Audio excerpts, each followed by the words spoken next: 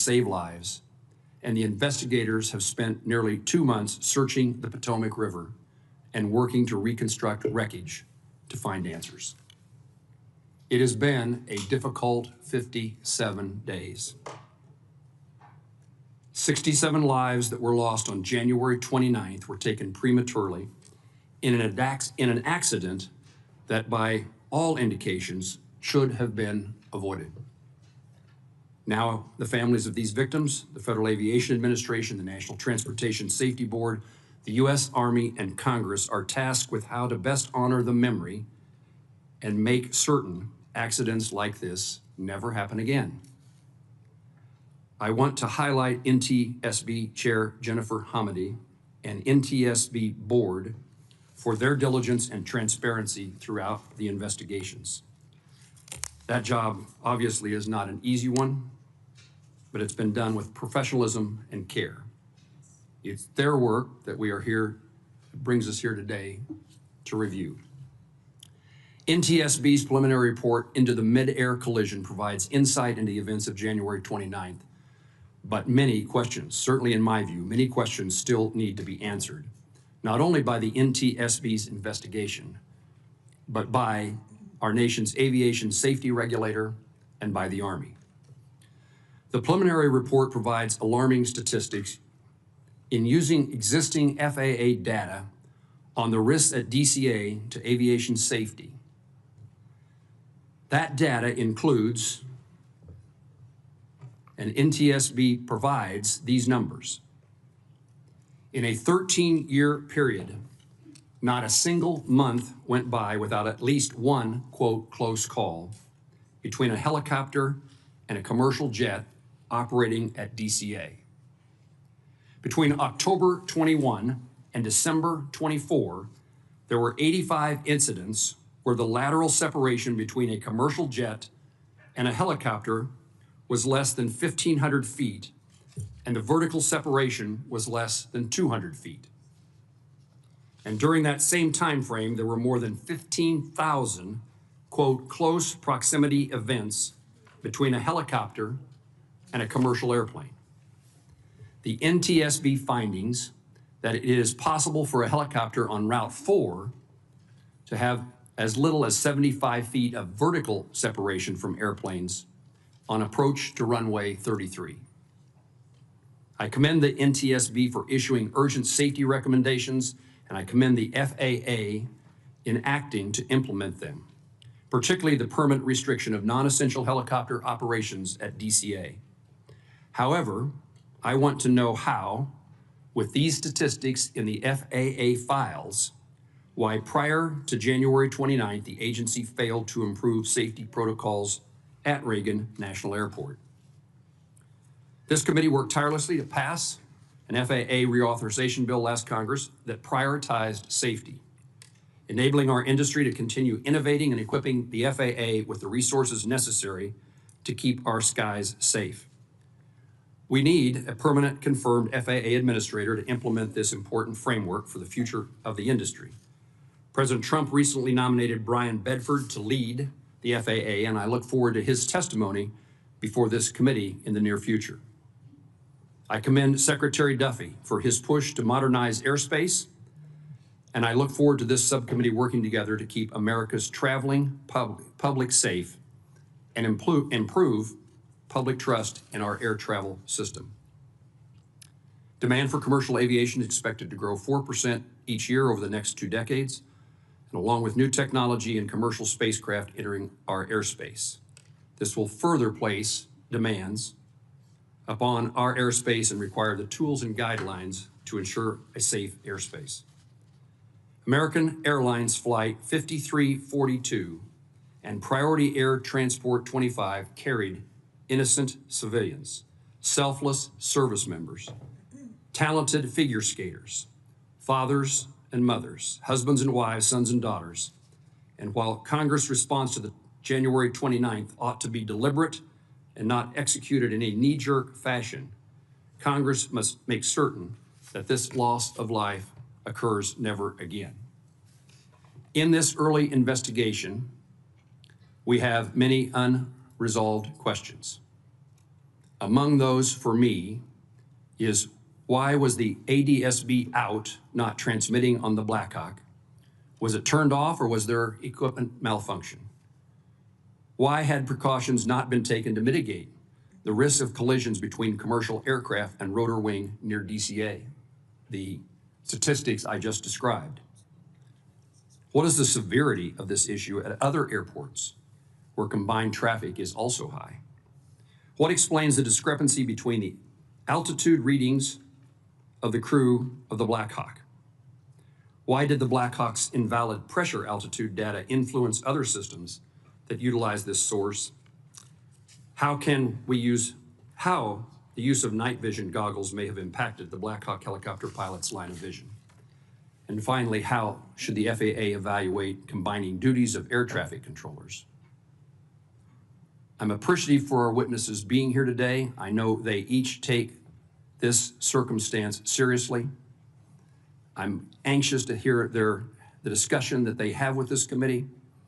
And the end result should be a better understanding, as well as working to identify and prevent tragedies today and into the future. I now recognize the ranking member of this subcommittee, Senator Duckworth, the senator from Illinois, for her opening remarks. Thank you, Chairman Moran, and thank you for your continued partnership on aviation safety issues. I enjoy being your partner on this subcommittee. And I want to thank both the chairman of the Commerce Committee and the ranking member for your work with us as well.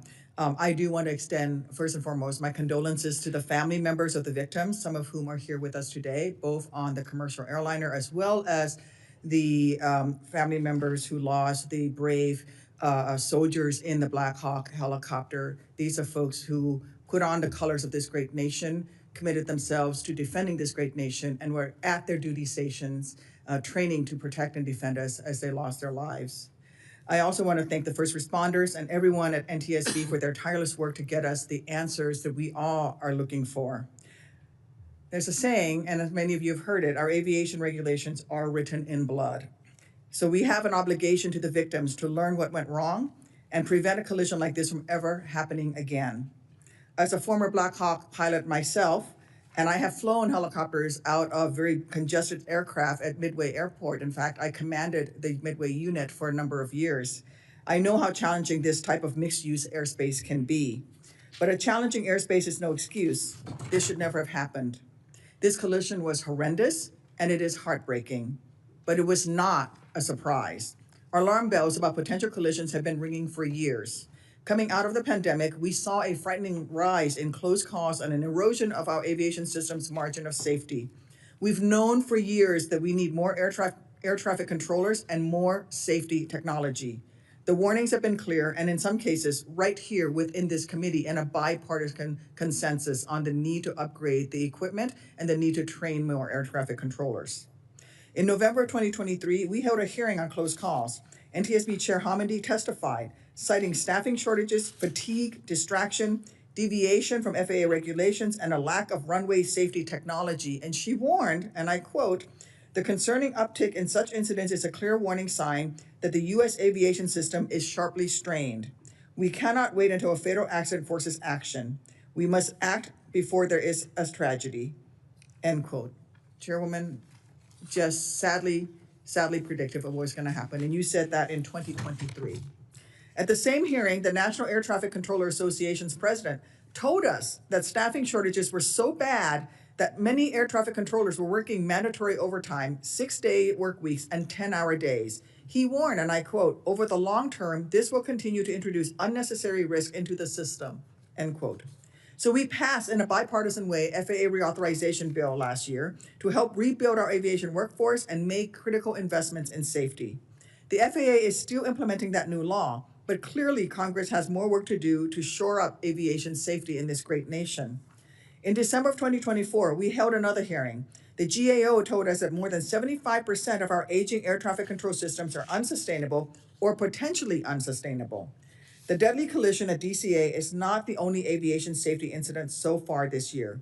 We've seen deadly crashes in Philadelphia and Alaska, a crash landing in Toronto that miraculously everyone survived, even after the aircraft flipped upside down, Earlier this month, we saw passengers standing on the wing of a 737 aircraft in Denver to escape a fire. And near misses keep happening. In February, a Southwest flight came within 200 feet of colliding with a FlexJet plane at Midway Airport.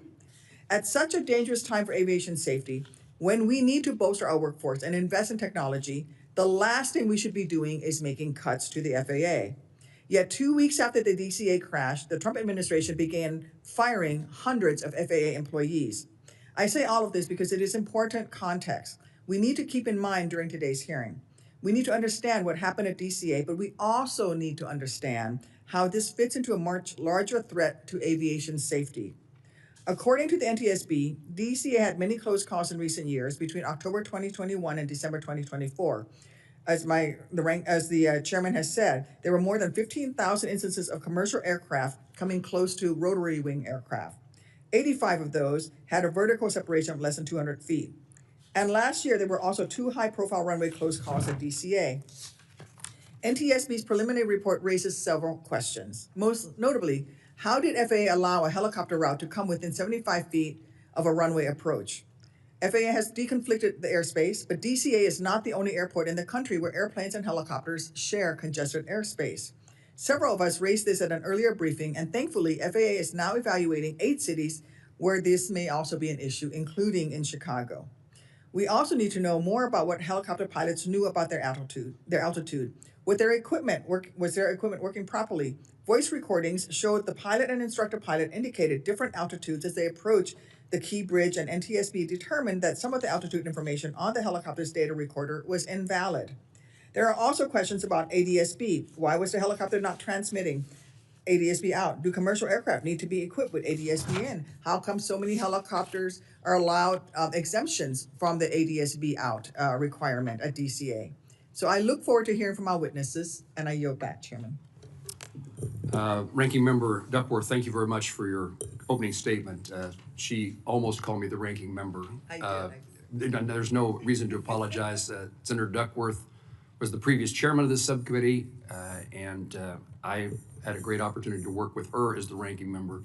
And I would indicate certainly to Senator Duckworth, but to those in the audience, this is a subcommittee that will set partisanship aside, and we will continue to work closely together to find the answers that we're looking for today, and beyond finding the answers, making certain that changes are made to prevent this tragedy. We are joined by the chairman of the full committee, Senator Cruz, and I now appreciate his presence here and his leadership on this issue from the very beginning, and I now recognize him for his opening statement. Well, thank you, Mr. Chairman, and thank you to the ranking member as well. I want to thank each of the witnesses for being here today, and I want to extend a particular welcome to the family members of the 67 crash victims who are here today for this hearing. I've met with many of you since the crash, and each of you have my very deepest condolences for your unimaginable loss.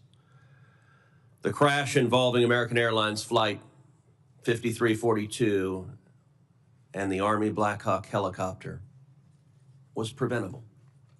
It didn't have to happen. And I want you to know that I am committed to using the power of this committee to determine if any policy failures led to this crash and making certain that Congress acts to correct them.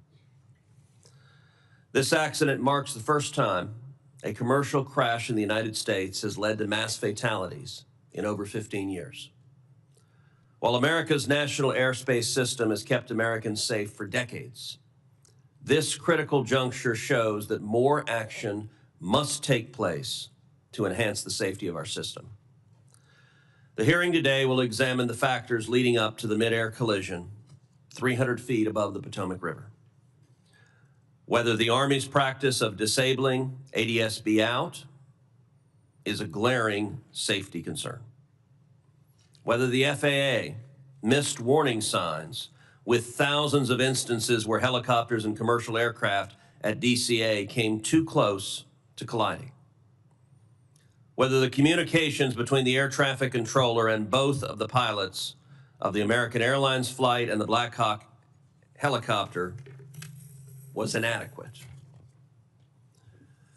The families of the American Airlines Flight 5342 victims deserve answers.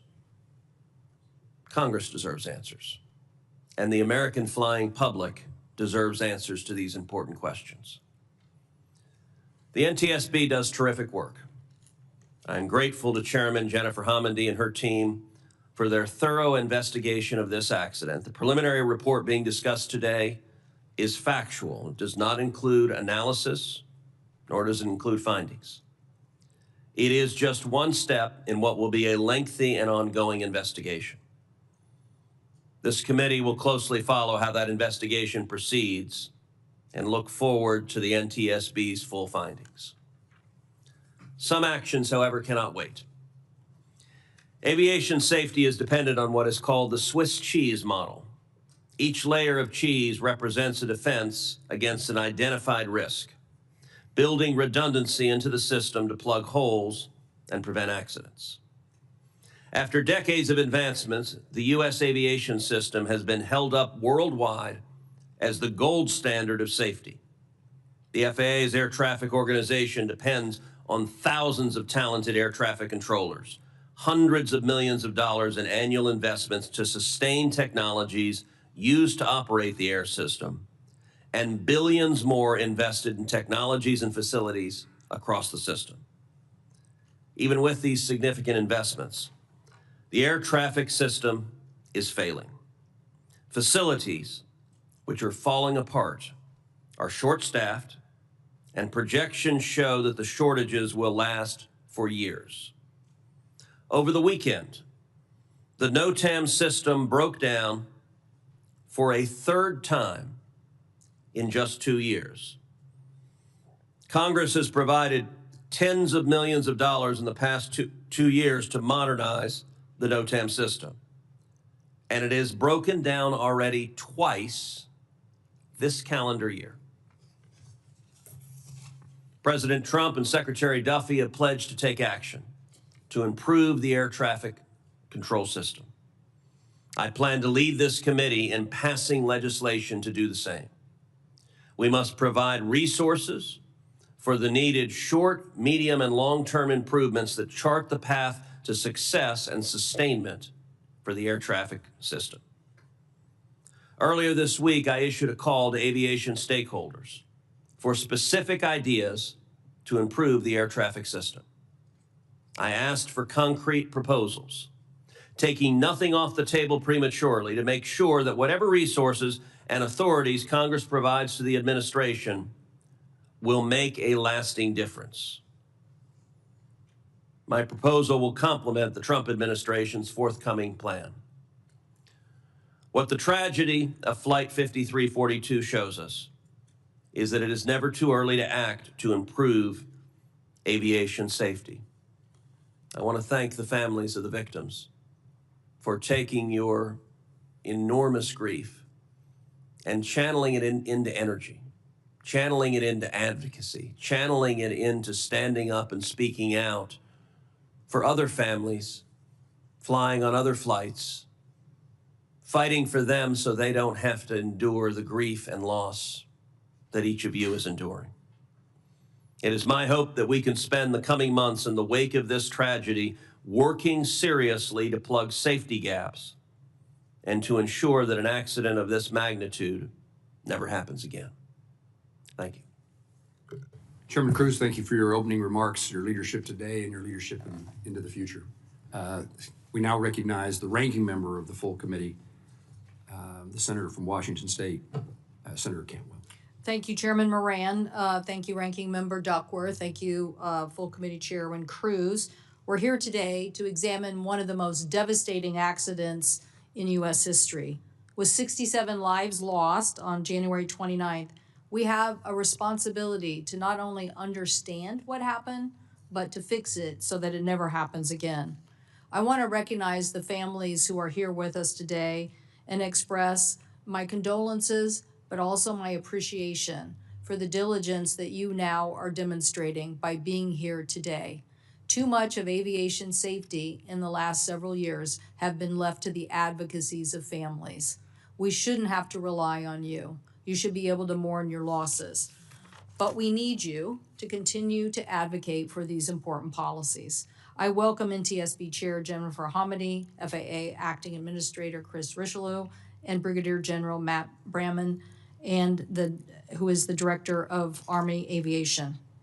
You're here to provide us an update on this collision and why a Blackhawk helicopter on a training flight collided with this American Airlines flight. As we seek answers, the NTSB's preliminary report has alarming facts. First, in the 3-year period leading up to the collision, commercial airplane and helicopters got within 400 feet of each other on 15,214 occasions, within 200 feet on 85 occasions. FAA's air traffic managers approve helicopter route charts annually, so if the data raised questions about the safety of these routes, the ball clearly falls into the FAA's court as to whether to act on this data or make changes where the helicopters can fly in DCA. A helicopter at 200 feet would only have 75 vertical feet separation from an airplane approaching on runway 33. These findings reveal a very systemic issue that demand answers from our witnesses today. Acting Administrator Richelieu, I want to know, why did the FAA not act? Why did the FAA not act on 15,000 reports of dangerous proximity? How were these helicopter routes allowed to remain when alarm bells were literally going off in the towers? This lack of oversight must change. The Army Blackhawk helicopter was not transmitting what is known as ADS-B out signal, although we don't know why. What we do know is that the military told our colleagues, House Delegate Eleanor Holmes Norton in 2023, that the military operates 100% of its flights in the National Capital Region without this safety technology, 100% of the time. On March 7th, I wrote Secretary Hegseth about this issue for a response, asking to respond by March 21st. I've still heard nothing back. I do not like this silence. It's deafening. General Bramman, I have questions about these policies, especially given that the FAA's 2019 rule stating that the deactivation of the ADS-B out technology pursuant to an exemption was not to be routine. Well, the Holmes letter says that not only was it far from routine, 100% of the time operated with this exemption. Acting Administrator Richelieu, your agency gave government airspace users a loophole. What we want to know now is why this was allowed to continue if we have this data and information. And are there any other agencies that are acting with ADS-B out that we haven't addressed yet? The FAA rule needs to change. Chair Hamady, I'll be asking you about ADS-B requirements. In 2010, the FAA said that it was premature to require this kind of equipment on operators. Yet, at the same time the FAA made that decision, just 2 years earlier, you wrote a letter saying, disagreeing with them, but saying that the conclusion, stating the, quote, the equipage of aircraft with ADS-B out in capacity will provide for an immediate, substantial contribution to safety, especially during operations in and around airports. Why did we not listen? 15 years later, commercial aircraft are still not operating with this. If American Airlines regional jet had been equipped with this ADS in, it would have been able to receive the Blackhawk's transmission, giving it a better intelligence on positioning. Tim Lilly, the father of the pilot from the commercial craft, who he himself is also a Blackhawk helicopter pilot, and his wife, Sherry, spent many years working at Gulfstream. They know a thing or two about aviation. They gave me a list of actions they hope Congress can take to improve safety. Mr. Chairman, we all need to work together on this critical safety legislation. Legislation to close the ADS-B out loophole, require more commercial jets to have ADS-B in capacity when operating near our nation's busiest airports, and have stronger information sharing between our military and civilian authorities. This isn't just about policy, it is about saving lives. To my colleagues, I hope that we can work together in a bipartisan fashion, since the FAA Reauthorization Act did require next-gen completion by 2025. We also directed the FAA to develop a plan for accelerating airline equipage with next-gen technologies, and authorized $17 billion through 2028 to modernize and replace the FAA ATC systems and infrastructure. So I do want to say, I do not believe in cutting the services, the benefits, or the training of our air traffic controllers. We need them, and we need them to do their job. I supported Senator Cruz's efforts to continue to advance more training centers to get more air traffic controllers trained. But now we need to learn this painful lesson. We need to make sure that we are preventing future accidents from happening. We must be unwavering in this effort. Thank you, Mr. Chairman, and I yield back. Ranking Member Cantwell, thank you for your opening statement. I'll now introduce our panelists who are here to testify. Our first witness is Jennifer, I'm sorry, I should put a title before you. Our first witness is Chairman Jennifer Hamady of the National Transportation Safety Board. The NTSB is an independent federal agency that investigates every civil aviation accident in the United States and significant events in other modes of transportation such as rail, transit, roadway, and pipeline. She has served as the chairwoman since 2021 and is a member of the NTSB board since 2018. Our second witness is Mr. Chris Rochelot, acting administrator of the Federal Aviation Administration. Mr. Rochelot has served at the FAA for more than 20 years in multiple roles, including as Deputy Associate Administrator for Aviation Safety. And our third witness is Brigadier General Matthew Brahman, Director of Army Aviation for the headquarters of the Department of the Army. Throughout his service, General Brahman has deployed over 36 months supporting overseas contingency operations. And I thank you, General, for your service. I now recognize Chairman Jennifer Hamady to deliver her opening statement. Thank you, Chairman Moran, Ranking Member Duckworth, Chairman Cruz, Ranking Member Cantwell, and members of the subcommittee for the opportunity to provide you with an update on our investigation of the mid-air collision that occurred over the Potomac River near Reagan National Airport on January 29th. The NTSB knows tragedy all too well. We experience it every day, which is why we fight so hard for safety.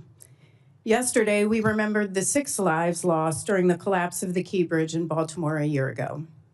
Today, we once again mourn the 67 lives lost at DCA, the 7 in Philadelphia, 10 in Nome, Alaska. We often talk about safety in terms of numbers. Did accidents, fatalities go up or down? It's important that we remember today that those who died at DCA and in other accidents we investigate aren't numbers. As you said, these are mothers, fathers, sons, daughters, wives, husbands, cousins, best friends who won't be there with their loved ones for Easter egg hunts, Passover Seders, the end of Ramadan, Mother's Day, Father's Day, graduation, all of life's celebrations. Their families and friends, whether in person or online, are here today. I can only imagine what they're going through, and I want to take a moment to again express our deepest sympathies to each of them. Please know that we keep you in our hearts as we diligently work to determine how this tragedy happened so no one experiences the deeply significant loss you must feel today. NTSB was on scene that night within an hour of the collision, and we remained there for over a month. Work continues to this day, including diving operations to recover personal effects and any remaining portions of the wreckage. On March 11th, we released our preliminary report, which contains only factual information that we've gathered in the first few weeks, all of which can change throughout the course of the investigation.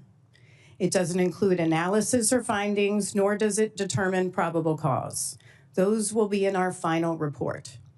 But we don't wait for a final report to take action. if we uncover critical safety issues that require immediate attention, which is why, in conjunction with the release of our preliminary report, we also issued 2 urgent safety recommendations to the FAA. In both reports, we cited FAA surveillance data that showed between October 2021 and December 2024, there were over 15,000 close proximity events between commercial aircraft and helicopters at DCA. In reviewing that and other data, including airport operations and established helicopter routes, we determined that the separation distances between helicopter traffic operating on Route 4 and aircraft using runways 15 and 33 are insufficient and pose an intolerable risk to aviation safety. As a result, we recommended that the FAA prohibit operations on helicopter Route 4 between Haynes Point and Wilson Bridge when those runways are being used for departures and arrivals. We also recommended that the FAA designate an alternative helicopter route that can be used to facilitate travel between Haynes Point and the Wilson Bridge when that segment of Route 4 is closed. I want to commend Secretary Duffy for his swift acceptance of our recommendations. The Secretary and the Acting Administrator and the General have been tremendous partners throughout the course of this investigation, and I want to thank them for their commitment to safety. I know we're all searching for answers, the right safety solutions, but the NTSB is the gold standard for accident investigations for a reason. We are thorough and we're fact-based. We leave no stone unturned and we let the evidence guide us. Investigations take time. We have a lot of work to do in this investigation, from interviews to analyses of large volumes of documents and data to review, to air carrier operations that we have to review, helicopter operations, air traffic control, human performance, helicopter airworthiness, flight recorders, and more. In total, we have about 40 NTSB experts leading this investigation in collaboration with the parties and others, and we're aiming to complete this investigation within 1 year, barring, of course, any unforeseen circumstances. Now, I want to close by thanking you for your steadfast support of the NTSB, and I look forward to answering your questions. Thank you, Chairwoman. We now recognize the Acting Administrator Rocheleau of the FAA for 5 minutes. Thank you, Chairman Moran, Ranking Member Duckworth, Chairman Cruz, and Ranking Member Cantwell, as well as members of the subcommittee. Thank you for the opportunity to be here today to discuss the NTSB's preliminary report on the mid-air collision of PSA Airlines 5342 and the U.S. Army Blackhawk helicopter that occurred in January near Ronald Reagan Washington National Airport, or DCA. I would like to begin by offering my sincere sympathies to the families and loved ones of those who perished in recent aviation accidents, particularly the accident near DCA. The FAA continues to support the ongoing NTSB investigations. Our work with the NTSB will help us understand the factors that contributed to these accidents, and will we use the data to inform future FAA actions. Aviation safety is the FAA's #1 priority. Let me repeat that. Aviation safety is the FAA's #1 priority. While flying remains the safest mode of transportation, aviation safety is not static. There's always room for improvement. The professionals at the FAA take their jobs very seriously and strive to ensure safety every day. But the fact of the matter is, we have to do better. We have to identify trends. We have to get smarter on how we use data. And when we put corrective actions in place, we must implement them with diligence. I want to thank Chair Hamady and the entire NTSB team for their dedication in their ongoing investigation.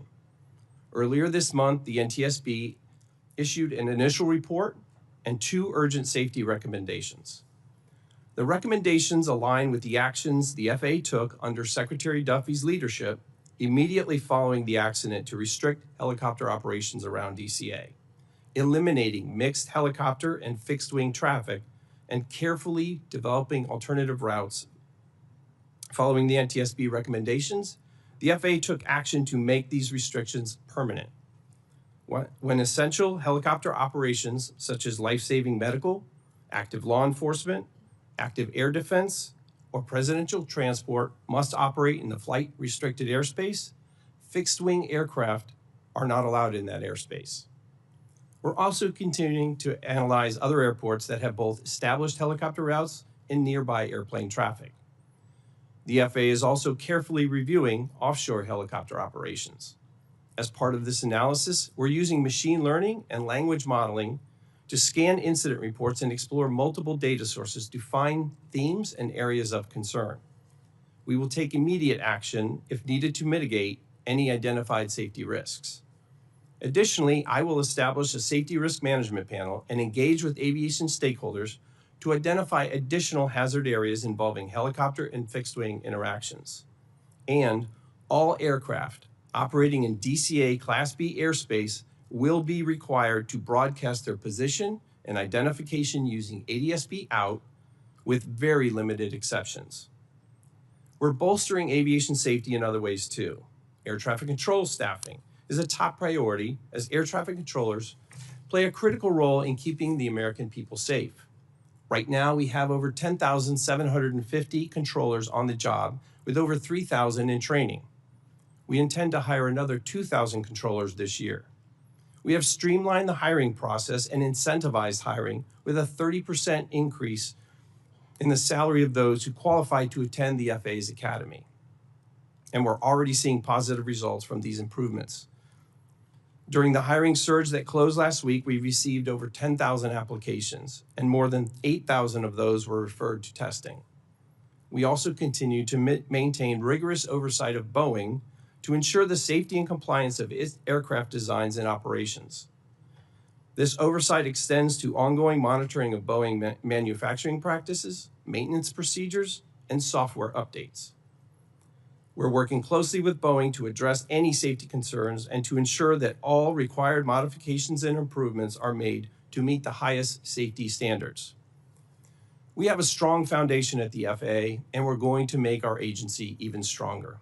We are refocusing our energy and directing all of our resources to safety, and will continue to recruit, train, and retain the best and brightest for the FAA team.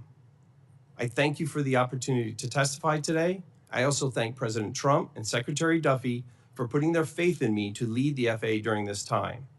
The work we do at the FAA isn't easy, but it's vitally important to the American people, and I'm proud to once again be part of the FAA team.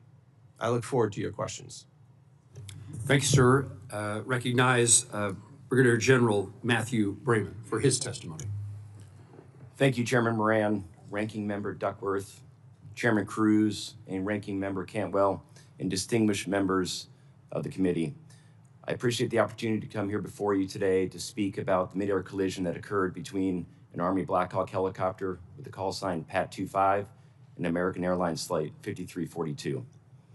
First and foremost, on behalf of Army senior leaders and all of our soldiers, I want to pass my continued condolences to all those that are affected by this tragedy. I want to thank the professional work of our first responders and the federal, state, and local agencies that responded within minutes to the crash site and aided in the recovery. I want to thank Chairman Hamidi and the NTSB for conducting a thorough investigation, facilitating a close and transparent relationship with the Army as we conduct our parallel investigations. The NTSB remains lead in the investigation, so I can't offer facts and recommendations at this time, but I can offer an Army perspective on the preliminary report and provide clarifying information on Army helicopter operations, and certainly can do that here in the Washington, D.C. area. For context, PAT-25's unit, the 12th Aviation Battalion, falls under the Army Aviation Brigade, or referred to as the TAB. And that unit has the mission to provide continuous, responsive aviation support to senior military and government leaders to enable continuity of government operations and defense support to civil authorities. The TAB is one of dozens of organizations, both civilian and military, that operates helicopters in the DC area. Our aircraft continue to meet all requirements to operate in the national airspace, in Class B airspace, and the helicopter routes in Washington, D.C., and they operate under positive control of flight services when within 30 nautical miles of DCA. Pat 25 was operating out of Davidson Army Airfield at Fort Belvoir. The crew of 3 were fully qualified to fly in the local area. The pilot in command, CW2 Andrew Eads, was an instructor pilot.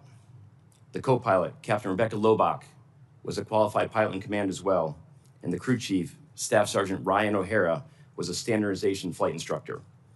The night of 29 January, Pat 25 was conducting an annual proficiency and readiness test, or APART. And as part of that flight, was approved to operate at contingency locations associated with their directed mission. This has led to questions as to whether Pat 25 was transmitting automatic dependent surveillance broadcast out, or ADSB out. The specific status of both its operation and functionality is something that is under the investigation of the NTSB. The crew, however, was approved to operate with that capability off in accordance with Army policy. The aircraft transponder, however, was active with Mode 3 Alpha Charlie and Mode S when within the Class B airspace and was emitting all the required information to allow air traffic services and traffic collision avoidance systems to detect and track the aircraft. Army policy does not permit transponder off operations in the national airspace.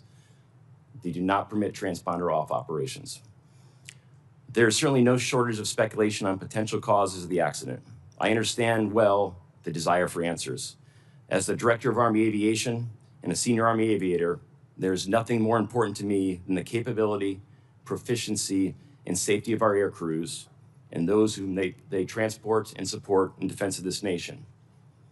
And I'm also personally invested in the safety of our commercial aviation enterprise, as I live with an airline pilot, and her safety and the safety of her passengers is paramount to me as well, which is why it is essential that we see this investigation through to its fruition so we can have well-informed, fact-based conclusions to make desired change when needed. But where prudent, the Army is not waiting to take action. Immediately after the accident, the 12th Aviation Battalion paused all operations. They've only recently resumed flights and only outside the 7 nautical mile radius of DCA, with the exception of flights directly supporting the Secretary of Defense and the Chairman of the Joint Chiefs, and that remains true today. The Army continues to fully comply with all FAA restrictions on helicopter traffic over the Potomac River near DCA. The Army is actively participating, along with other military services and agencies, with an FAA-led working group to redesign the Route 4 helicopter corridor as recommended by the NTSB in its preliminary report. We've also issued interim guidance to elevate the approval authority to operate ADSB off. The Army is fully committed to a transparent and collaborative review of the events of 29 January and of all operations in the vicinity of DCA. We support any and all efforts to ensure a tragedy such as this never occurs again. Thank you for the opportunity to appear before this committee, and I look forward to answering your questions. Thank you, General. Let me begin by asking witnesses questions, and then we'll alternate between Republicans and Democrats based upon time of arrival after the leadership of the committee has their opportunity to ask their questions. Chair Hamady, let me begin with you. First of all, I am interested in learning about the occurrences that have been described. I described in my opening statement about near misses and occurrences, TCAS advisories that occurred on numerous occasions over a long period of time. And what I hope you, and I will ask the administrator of the FAA these questions, but I'd like to know, what did people know? When did they know it? And why didn't someone do something about it? In asking you about this topic, is the information that is collected by the FAA, that's where these statistics that we've each mentioned, that's where they come from. Is that true? There were different sources of information, some which was FAA, some of which are voluntary safety reporting programs. And do those voluntary safety reporting programs, it's voluntary reporting to the FAA? Yes. So, yeah. I want to give you the chance today. Yes. So the information that has been described here about those events over a long period of time is housed and utilized by you, but housed at the FAA. I believe through a contractor, but yes. And do you know at this point whether that information was reviewed in a regular manner? Have you investigated why information that seems so important didn't result in changes in policy, rules, or regulations?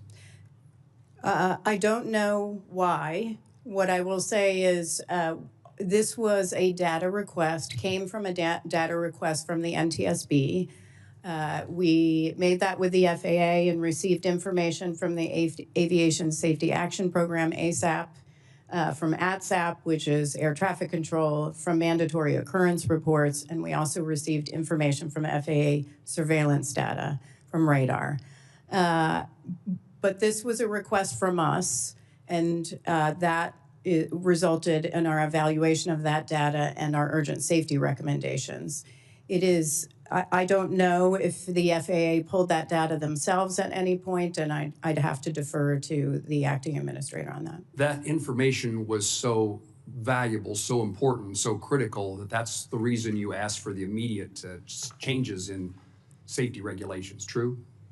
Yes, and there does seem to be an issue with identifying emerging trends, and looking at, there's a lot of data going to FAA, and taking that data and looking at trends and not specific issues, I think is something not only the IG has raised, but others have raised, even the acting administrator has raised about having to do a better job with analyzing those trends. But it's key, because if we can get it after an accident occurs, what's key is getting it before and preventing it.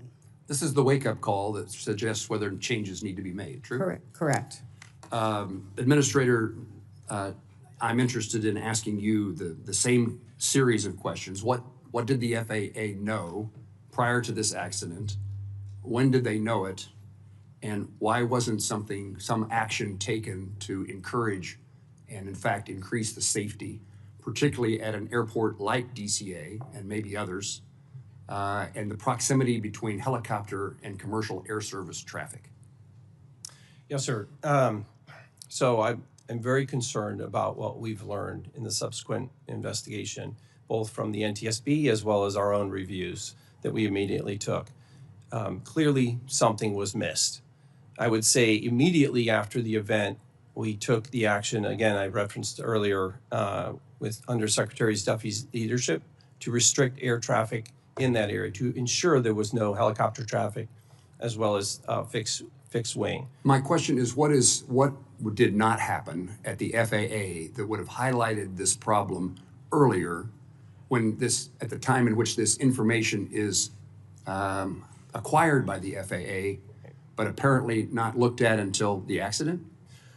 So the actual process by which there's an ongoing review all the time of the data that is available. As the chair mentioned, there's millions of pieces of data that come in, and I would tell you that we have verified every single near mid-air collision was investigated, but there are certainly those instances where the information itself was not identified, and that's why we've put artificial intelligence and machine learning in place now to ensure that we're able to go through millions and millions, tens of millions of pieces of data to identify those trends and act quickly to mitigate those risks. There's no question but what, had this information been utilized by the FAA or others, that steps could have been taken to make certain that flying, particularly again in the circumstance of helicopters and commercial aviation at a place like Reagan National Airport, there would have been an opportunity to do something had that information actually been known and acted on. Yes, True? sir. That True? is correct. Thank you. Senator Duckworth. Thank you, Mr. Chairman. Following up on the chairman's questions, which is also my first question, Mr. Rushlow, can you tell me if this new methodology using the AI or whatever other methodology you're using to look at the aggregate data is being applied to other airports where there is close helicopter traffic in proximity to landing aircraft, Commissioner? Yes, Senator, it is. We have 10 locations around the United States, including Alaska, Anchorage, that we're looking through right now, what we are referring to as hotspots, to look at similar trends, similar activities as it relates to fixed wing and helicopter operations. Is this methodology of reviewing aggregate data going to be applied nationwide, not just in this particular area, but to look at the overall trends of near misses at other airports, not just between fixed wing and rotary wing? Yes, ma'am. So there are 3 activities going on right now. First, the hotspots I referred to. Second is kind of a nationwide use of this review and use of this new capability that we've just admitted. And then, of course, the ongoing analysis and how we're doing that with our industry partners as well as the military. Thank you. According to NTSB, between, as we've said, between October 2021 and December 2024, there were more than 15,000 instances of commercial aircraft coming close to helicopters. 85 of those had a vertical separation of less than 200 feet. General Brayman, do you know how many of those 85 close calls involved Army helicopters? Ranking Member Duckworth, we do not. Can you tell me why that is? That data in those databases is currently not shared, but certainly the Army is interested in becoming part of an opportunity to share data because that's relevant to our safety as well. Mr. Rochelle, will the FAA commit to sharing that data with the Army? Yes, ma'am, we will. Thank you. We've also asked for that information, and we're going to share it as part of our investigation with all the parties. And I think this needs to be ongoing into the future so that especially the military aircraft that are flying within rotary wing close vicinity, these folks should be getting this data, and we can do that moving forward. Mr. Rochelle, will FAA, I've already asked that. General Brayman, can you explain the Army's rationale for its policy that gives commanders discretion to determine how many crew chiefs are needed for a particular mission? I think it's important. I don't think that the civilian population understands the extent to which the Army does risk assessment and risk mitigation and risk analysis and that process. I think would be important. And how are you going to be implementing that process moving forward? Thank you, Ranking Member Duckworth. I realize that I have broad authority as the Army aviation regulation proponent to direct how every aircraft and every operator conducts their mission. But the reality is, and I'm not afraid to take that authority and use it when appropriate, the reality is the best individuals we have to assess the risk of every single flight are our unit commanders because we hold them responsible. They have the authority, the responsibility, and we hold them responsible to take any mission that they authorize, look at the factors involved, understand the people assigned to their organization, and adapt that crew to meet those requirements. And certainly that is something that will be looked at in this investigation. Do we do that? And we will hold commanders accountable if they fail to uphold that responsibility. Can you speak to if a risk assessment for a particular mission comes in at medium or high risk, how the approval authority of that changes? Because you mentioned the approval authority for the DCA area has been raised higher for ADSB out, correct? Yeah, yes, Senator. So all missions go through an initial approval process. So a commander has to authorize a reason for an aircraft to fly. At the completion of that authorization, the crew then assesses all the risks associated, known and expected risks associated with the mission they've been tasked to do. That discussion involves a third party, a senior officer or senior aviator within the organization that then assesses that risk and directs the crew to make any changes to mitigate anything that either that briefing officer understands based on their experience. And then when those things are implemented, it goes back to a commander who must authorize every single flight. So in the occurrence of things like ADSB out operations, that authority resides with a medium risk authority. So a battalion commander must approve that mission in particular. And in this case, the policy allowed that to be delegated down to a company commander. And they must approve that it meets the standards of the policy completely. We have now elevated that risk to high risk. That requires an 06 commander to approve any mission that has ADSB off. Mr. Chairman, I'm going to ask your indulgence for an extra 30 seconds because my next question I think applies to everybody here, and I think people will be interested. Please proceed. Thank you. This is for the FAA. I am hearing that there is a backlog of air traffic controllers waiting to get their FAA medicals approved so that they can return to duty. And we have an air traffic controller shortage right now. I think in the Chicagoland area, there's about a dozen air traffic controllers who are waiting for, they got new medication, whatever it is, but they're waiting as long as 12 to 18 months to get an appointment or to get a ruling from the FAA medical office so that they can actually get back on the job. And they're just sitting there not able to do their job. And I think this is a problem at all of the major airports around the country. I'm sure every one of us has air traffic controllers waiting to be put back onto duty, and they can't because of the backlog with the FAA medical system. Can you speak to that? And when you commit, if I give you a list of my air traffic controllers who've been waiting, will you take a look at those folks and make sure that their medical issues are addressed so we can get them back on the job? Yes, Senator, I commit to that. Chairman Cruz. Thank you, Mr. Chairman. On March 1st, multiple commercial aircraft landing at DCA reported receiving a traffic alert collision avoidance system, a TCAS resolution advisories, as they were preparing to land, advising pilots of an impending threat from above and in some cases directing the crews to take evasive action by descending. I think we were all alarmed that just a few weeks after the tragedy, commercial pilots were being told they were at imminent risk of a deadly mid-air collision. It's now come to my attention that these warnings were caused by the Secret Service and the U.S. Navy improperly testing counter-drone technology at DCA. Apparently, the Navy was using the same spectrum band as TCAS, causing the interference and faulty resolution advisories, even though the FAA had previously warned the Navy and the Secret Service against using that specific spectrum band due to interference risks. Acting Administrator Rocheleau, is that correct? Yes, sir, that's correct. Let me just say this deeply disturbing that just a month after 67 people died while on approach to DCA, that the Secret Service and Pentagon would inadvertently cause multiple flights to receive urgent cockpit alerts recommending evasive action. It is inappropriate for such testing to occur at DCA given the facts of what occurred. And I expect this committee to investigate why precisely that happened. General Brayman, I want to turn to your testimony. On March 11th, Chairman Moran and I sent you a letter asking a series of very specific questions. This week, the Army responded with a one-page information paper. However, there were specific questions in the letter that were not answered. I want to turn to them now.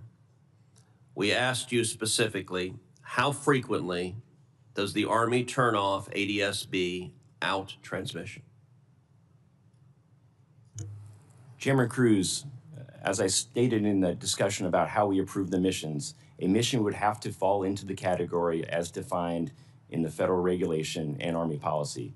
It must have national security implications and be sensitive in nature to be able to do that mission. General, you're not answering my question. My question is, how frequently is ADS-B out turned off? I wasn't asking what the standard is.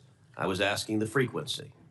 I can take the number for record, Senator, but I can tell you the types of missions and the majority of the missions they fly are missions associated with that national security mission. Is it accurate that ADS-B out is turned off for 100% of missions flown by the Army Air Brigade at Fort Belvoir? Senator, I think you're referring to the June 8th letter from the Joint Staff to Representative Norton. In the context of missions, meaning the things, the operations that the 12th Aviation supports in their mission requirements, I would say that's an accurate statement. I would not say that's an accurate statement of 100% of the flights being flown by that organization. Okay, so I want to understand what you mean by missions. Does missions capture training flights? Only training flights that would have been operating in a location that's sensitive as part of their continuity of government operations. Well, that would be all of them around DCA, is that correct? Only specific sites that are part of that continuity of government operation. In your one-pager, you said 75% of the flights are mission rehearsal readiness flights. Are those operated with ADS-B out? They are, Senator, yes. So right now, today, the Army is flying helicopters in and around DCA Airport with ADS-B out, turned off. Is that correct? When conducting their NORTHCOM directed mission, that is correct. I have to say I find that shocking and deeply unacceptable. And I want to encourage the Army right now to revisit that policy and to revisit that policy today. And I can tell you, if the Army chooses not to, I have a high level of confidence that Congress will pass legislation mandating that you revisit the policy. If today another accident occurs over DCA with another helicopter that had ADS-B out turned off, the Army will have very direct responsibility for that. And I am at a loss to come up with any justification for risking the lives of the traveling public with that decision. You can't change the decisions made yesterday, but you can change decisions made forward. Now, it's my understanding the Army has a memo, August 9th, 2024, entitled ADS-B Out Off Operations in the National Airspace. My staff requested that memo from you, and my understanding is your team declined to provide it. That is also unacceptable. I want to ask you at this hearing, will you commit to providing that memo to this committee? Senator, I'll commit to reviewing the information and getting what we can to you. Absolutely. That answer needs to be a yes, that you will provide that memo to this committee. Senator, we'll review that and we'll look at the ability to give it to the committee. Absolutely. If it is not provided to this committee within 24 hours, I am confident that you will have a senior commanding officer give you a direct order to provide that committee, provide that memo to this committee. And I just want to underscore, there's no reason the Army has to wait for the conclusion of the NTSB report to revisit your policy on ADS-B out. You can do so right now. And I got to tell you, I spent this morning looking in the eyes of family members who lost family members. I don't know how I would do it tomorrow to another room of family members who lost loved ones because yet another helicopter was flying with ADS-B out. And so I cannot urge you more strongly, change that policy right now. Senator Cantwell. Thank you, Mr. Chairman, and I too have asked for the same memo, so I want to follow on in the same line as Senator Cruz. I also want to associate myself with the information you're requesting on spectrum interference. This is one of the issues that I think, one of the reasons why I think spectrum and spectrum fights are so important is because I think the agencies with adjacency and issues, we can't leave this up to the flying public. And but I want to go back because Brigadier General, you mentioned in your testimony, we now have the additive dialogue that we just heard, but you said it's not allowed. You're saying it's not allowed. ADBS out was not allowed. That's what you said earlier. Is that in your testimony? In addition to the Holmes letter, you basically stated that using ADBS out, it's not like it was it was not allowed. Army policy is ADS-B out is not to be used for routine use. Okay, so acting administrator, did you know this? Did the FAA know this? Did the FAA know and understand and absorb this? Did you know that you were allowing a flight to go within 75 feet of each other and there was no signaling message that we have already identified as a safety measure is something that we have had as a requirement? So I understand the FAA was aware of this. We have an existing memorandum of agreement with the Department of Defense. Did you know it was 100% as the Eleanor Holmes Norton and as the Brigadier General is pretty clear this morning, we don't allow it, even to the point of not answering Senator Cruz when they're going to change it, because I'm pretty sure their attitude is going to be, we don't allow it. He's going to say he would rather have a route somewhere where he can fly without it. That's what he's going to say. And so, you know, that's a separate issue over here. Our job, though, is the FAA oversight, and you can't give exemptions to things that you don't understand. And so he, in their application, kind of made it sound like, well, it's not going to be that routine. But he's very clear. They're never turning it on if they don't have to. They're never turning it on. So what I don't understand is why the FAA didn't understand that. Why you would allow this design. This is the wrong design. Whoever said you could fly in this airspace this close together without a safety feature that was already being required by the FAA and then giving them an exemption makes no sense. So why did you allow it to happen? So I can't speak to why the previous administration may have allowed for that memorandum of agreement, which is why we, effective today, will require in any DCA Class B airspace, ADS-B out to be turned on, except in very limited circumstances. What are those other limited circumstances? So that other would- agencies? Is there any other agency that's doing this? So that we have 46 different helicopter operators within the National Capital Region. But again, DCA Class B airspace will now require ADS-B on to be out. What other agencies are operating this way? So we have certainly a number of military units. We have local law enforcement. We certainly have the Department of Justice and FBI. We have a number of different agencies that fly the Park Police, and those are the entities that we're working with closely now to make sure, first and foremost, they understand the new restrictions that we have in the airspace. Do they have exemptions? Some of them do. Are you concerned about this? Absolutely, which is why we immediately put in place the requirement to have ADS-B out on. And so you think they're operating that way? Yes, ma'am. You think that Homeland Security is operating that way? They are operating, effective today, they will be operating with ADS-B. Effective today? Yes, ma'am. So for the last month, you've known, as I am going to submit for the record, a letter from the Department of Homeland Security that basically says, under the Federal Aviation Waiver, all U.S. Custom and Border Protection, air and marine operations in the capital region basically have this exemption as well. So they haven't had. So I want to understand, if people were Sure. still flying in this airspace, we all fly in and out of this airspace. Right.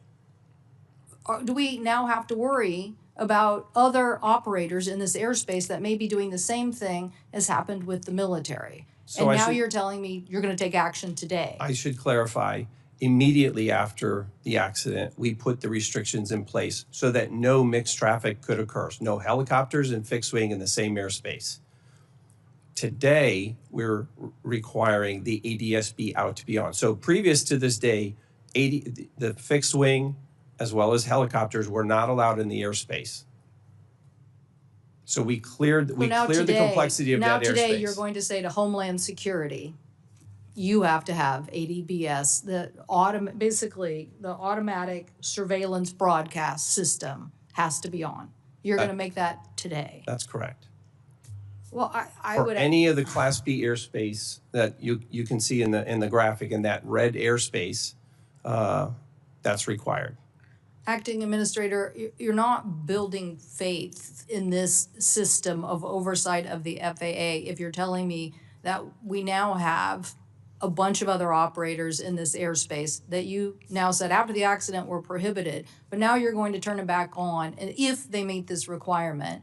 And we have letters from them thinking that they're exempted.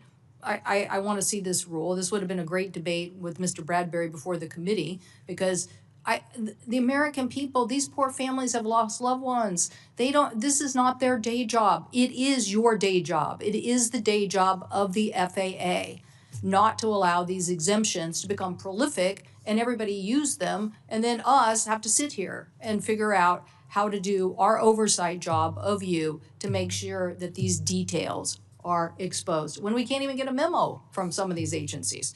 So, Mr. Chairman, I know my time has expired, but I will come for a second round with the witnesses because I think it's clear the NTSB has been very clear on the requirements for ADSB in. And in this case, if they would have listened to them, it's $40,000 to equip, $20,000. $20,000 to equip one plane. You could probably equip the whole fleet of aviation for $100 million. I guarantee you their lives, the family lives, are worth that. Thank you, Mr. Chairman. Before recognizing Senator Budd, does the FAA, Mr. Rushlow, does it have the authority to supersede the operations of the Army and these other agencies in the airspace around airports? We haven't gotten the Army to say they're going to do this with their own policy, but you say you're mandating it. Do we know that the Army and others have to follow your mandate? Yes, sir, they do. Okay. Senator Biden. Thank you. Well, first and foremost, I want to offer my condolences and prayers to all the families that are here today. I'm saddened that so many North Carolinians were lost in this accident, including Captain Rebecca Lobach and the 4 members of 5342's Charlotte-based flight crew. Samuel Lilly, Jonathan Campos, Denasia Elder, and Ian Epstein. Senator Moran, I'm sorry for the loss of so many Kansans as well in this incident, and I want to thank you for organizing this hearing. Chair Hominy, thanks for your work so far. On page 9 of the preliminary report, it states that the MPFR, the multi-purpose flight recorder's reading for pressure altitude conflicted with other altitudes readings. Ultimately, this conflict led your team to invalidate the pressure altitude reading provided by the recorder. Can you provide any details on the differing altitude readings? And do you have any update on whether this conflicting data was limited to the MPFR or if that was provided to the flight crew and perhaps was a confusing factor? We are still looking into that and doing some testing. What I will say is the pressure altitude was determined invalid on the Blackhawk because we would expect that to be somewhat similar to the CRJ, but it was much lower. So we determined that that was invalid and it couldn't be used to calculate the barometric altitude. We would need 2 sets of data, which is pressure altitude and barometric pressure setting. We had the pressure setting. We don't have the pressure pressure altitude data for that. So we can't. We were not able to determine from that what the barometric altitude was of the Blackhawk. However, we are looking at other data. Okay, thank you. General Braun, PAT 25 was operating out of Davison Army Airfield on a pilot annual standardization mission at the time of the collision. Given the concentration of senior military and civilian officials surrounding DCA, how vital are these missions to readiness for continuity of government operations? Senator, they're extremely vital. To go back to Senator Cruz's question about how many flights are done, 75% of the missions flown by the 12th Aviation Battalion are in direct support of the continuity of government rehearsals, exercises, and making sure crews are familiar with how to get that mission accomplished. And they stand ready every single day on a 15-minute alert string to do that mission. Thank you, General. Can the Army continue to fulfill its priority air missions, air transport missions, without access to Route 1 and Route 4? The Army is certainly, the fact that we're in the working groups will allow us to help influence routing that will allow us to continue to do that mission. I'm confident we can do that. Thank you. Chair Hamidi, again, in your view, is the permanent closure of Route 4 the only solution that allows for continued operations of both rotary and fixed-wing aircraft around DCA? And it's permanent closure when runways 15 and runway 33 are in use. That was our recommendation to the FAA. Thank you. Yep. Administrator Rushlow, the aviation investigation report from the NTSB shows that the separation between an aircraft on approach of runway 33 would have a mere 75 feet of separation from a helicopter operating on Route 4 and hugging the shoreline of the east bank of the Potomac. Was the FAA aware of this conflict prior to January 29th? And given the insufficient vertical separation that we're talking about, was the FAA relying solely on controllers in the DCA tower to deconflict the approach to runway 33? So the FAA was aware of the design of that airspace in advance of December 29th. I would say that's one of the reasons why we immediately restricted that airspace after the incident to review the circumstances around the airspace itself. In addition to that, it's one of the reasons why we are looking at hotspots or mixed traffic areas around the nation, whether that's Boston, Dallas, LA, and Anchorage. Thank you. Chairman, Senator, can I? please. There is a DC helicopter working group that we have been trying to figure out who is part of the working group and get minutes and get documents from that working group to see what information was shared and what was discussed over the years. We have not been able to attain that yet, and I hope we can from FAA and others. Are you a part of that working group? We are not part of that working group. But you have access to it, and they are willing to provide what they find. We have requested information. We have not even been able to identify who is part of the working group firmly and get documents as part of that working group. We've requested all of that information because we do want to evaluate what was discussed. We're also going to interview the FAA cartographers on how this route was mapped, because that 75 feet is max. That is the maximum. It goes down from there as the glide slope comes down to, as commercial aircraft approach runway 33. Thank you. So let me see if I can help Senator Hamady, Chairman Hamady. That's a very hard job, no. You are very good at public relations with senators, that we recognize the challenges you face. So do either one of you belong to this working group? Does the Army or the FAA participate? And can you answer that so the NTSB can pursue information? I mean, the FAA, it's the FAA's working group. It's the FAA's working group. All right. Mr. Rushlow, what's the problem? I'm happy to work with the chair. We've been working extremely closely together on this investigation, and I'm happy to work with the chair and understand why she hasn't received that information and make sure we follow up on that. Can you think of any reason that NTSB shouldn't be a part of that information? Off the top of my head, I can't. I don't know why they would be restricted in that, and I certainly will talk to my folks when we get back. Thank you. Yes, sir. Chairman, should we ask is the Army part of this working group as well? The Army is part of the working group. Yes, Senator. There are apparently 17 entities that are part of the working group. We just haven't been able to verify who all the entities are. Surely the FAA is in charge, and they can help you. Surely I would have been happy to understand that before today and work General, with you the know any chair. reasons that the working group's efforts can't be known by NTSB? Absolutely not. Thank you. Let me follow up. Mr. Rochelow indicated that the FAA does have the authority to require ATSB out. Do you agree with that assessment that the FAA can make this decision, and if you don't follow the FAA policies, then you're precluded from the airspace? Chairman, the Army operates 100% under FAA authority. Very good. And let me turn to the perhaps the next steps or new information, and to this I'll go to Chair Hamady. Since the report that we're discussing here today is 2 weeks old, what has transpired, if anything, in those 2 weeks? Have you discovered any new and relevant information that you can share with us? Where would you like me to begin?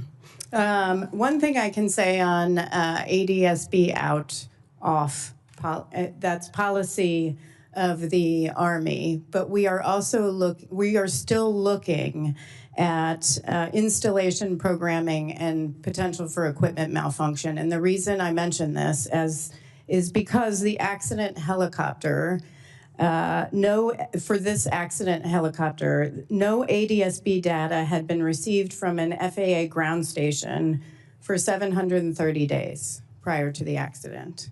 And that was abnormal. So we began looking at the fleet for the battalion. The battalion had 25 helicopters. That includes this particular helicopter. 9 of them were Mike models, and all were transmitting ADS-B out when they were turned on, because we have to verify that it's working. There were 16 Limas, including the accident helicopter, which we're still looking at, but 7 were transmitting when ADS-B out was turned on. 8 were not, and stopped doing so sometime between May and November 2023. We don't know why. 5 of those started transmitting since the NTSB identified the issue and began working with the Army to try to isolate the reason. So I just want to let you know that you can have ADS-B out on, but you also have to make sure that it's working. You indicated working with the Army, but there's other participants in this arena. Absolutely. And then were you narrowing it to the Army as if something is necessarily wrong there? Or more broadly, there's a problem in receiving the information? For the ADS-B out on, we wanted to look at the helicopter fleet for the battalion to see if whether ADS-B out on, when turned on, was actually transmitting data. Because we did think it was abnormal that for the helicopter involved in the accident wasn't transmitting data for so long. Any explanation, General? Chairman, this exactly is what the value of the investigation is. There are things that you would not normally look at that are being determined here, and that's certainly going to help us drive policy and any changes that we need to do as a result of the investigation. And certainly the NTSB has the expertise to do that. So what we're hearing from Chair Hamady is that there may be, it may be transmitting, it may be on, but there's no receipt. There's, I don't know, technical problems in the process by which it's not providing the information it's supposed to provide, right?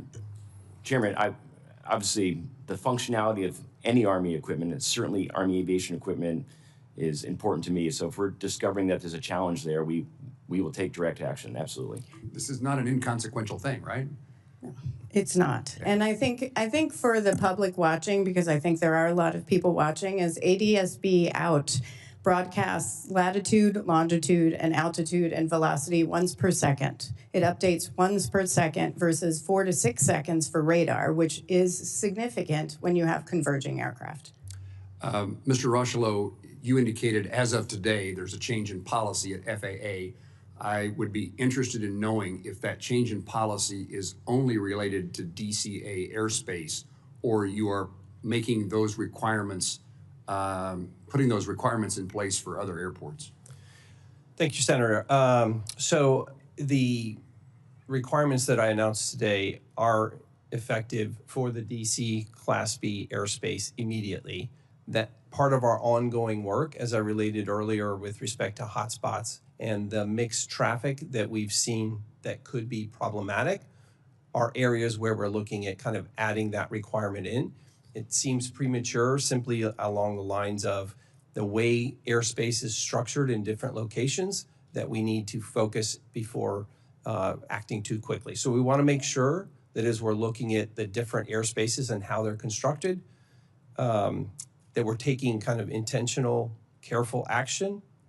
And that intentional action is underway. You're doing Yes, that sir. at other airports Absolutely. today. And wherever we find a risk, we will mitigate that risk immediately. Chairman Hamady, I asked you a question, then I interrupted you, and you sound like your answer would be lengthy of the things that you've learned in the last 2 weeks. I'll come back to you after recognizing the two senators to my left. Thank you, Mr. Chairman. I want to follow up on what Chairwoman Hamady is talking about, testing the ADS-B out, whether it's actually transmitting data, because the data was not received.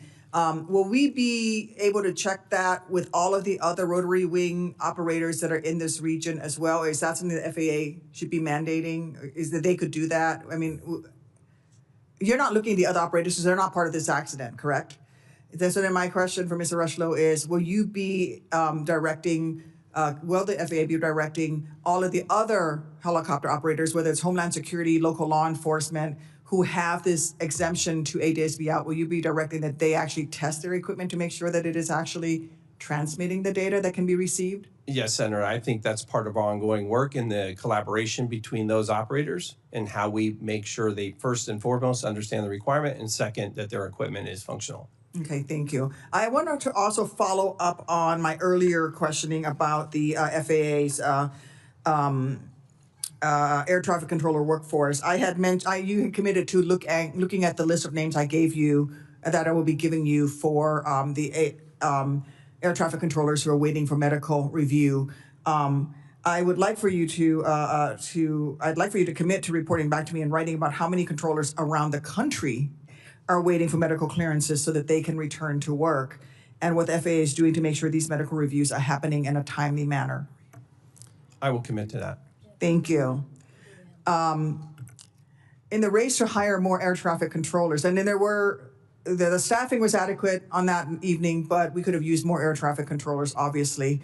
And in the race to hire more air traffic controllers, I want to make sure the FAA does not lower your long-standing high standards for air traffic controllers. There could be a temptation to sacrifice effectiveness for efficiency, but the FAA must stick to its stringent standards to protect safety. Can you assure this committee that as the administration works to hire more air traffic controllers, you will not in any way lower the high standards that is currently required for individuals to become certified air traffic controllers? And there's plenty of places, a lot of them are in actually Kansas, that have the expertise to help us train air traffic controllers, as long as we keep those high standards. 100%. Part of our ongoing activity to surge in air traffic controller hiring is to look for the best and the brightest, and that's exactly what we're going to continue to do. Thank you. You're back, Mr. To follow up on Senator Duckworth, you should look to Kansas, and we welcome you. I'm going to turn to Senator Schmidt in just one second. General, the senator from Illinois was asking about routine maintenance and determining whether equipment is working. You have a standard in place that what Chairwoman Amity said. It doesn't make sense to me that you wouldn't know there were problems with the transmission or the equipment. Do you have a protocol in place, and is that equipment inspected on a continuing basis?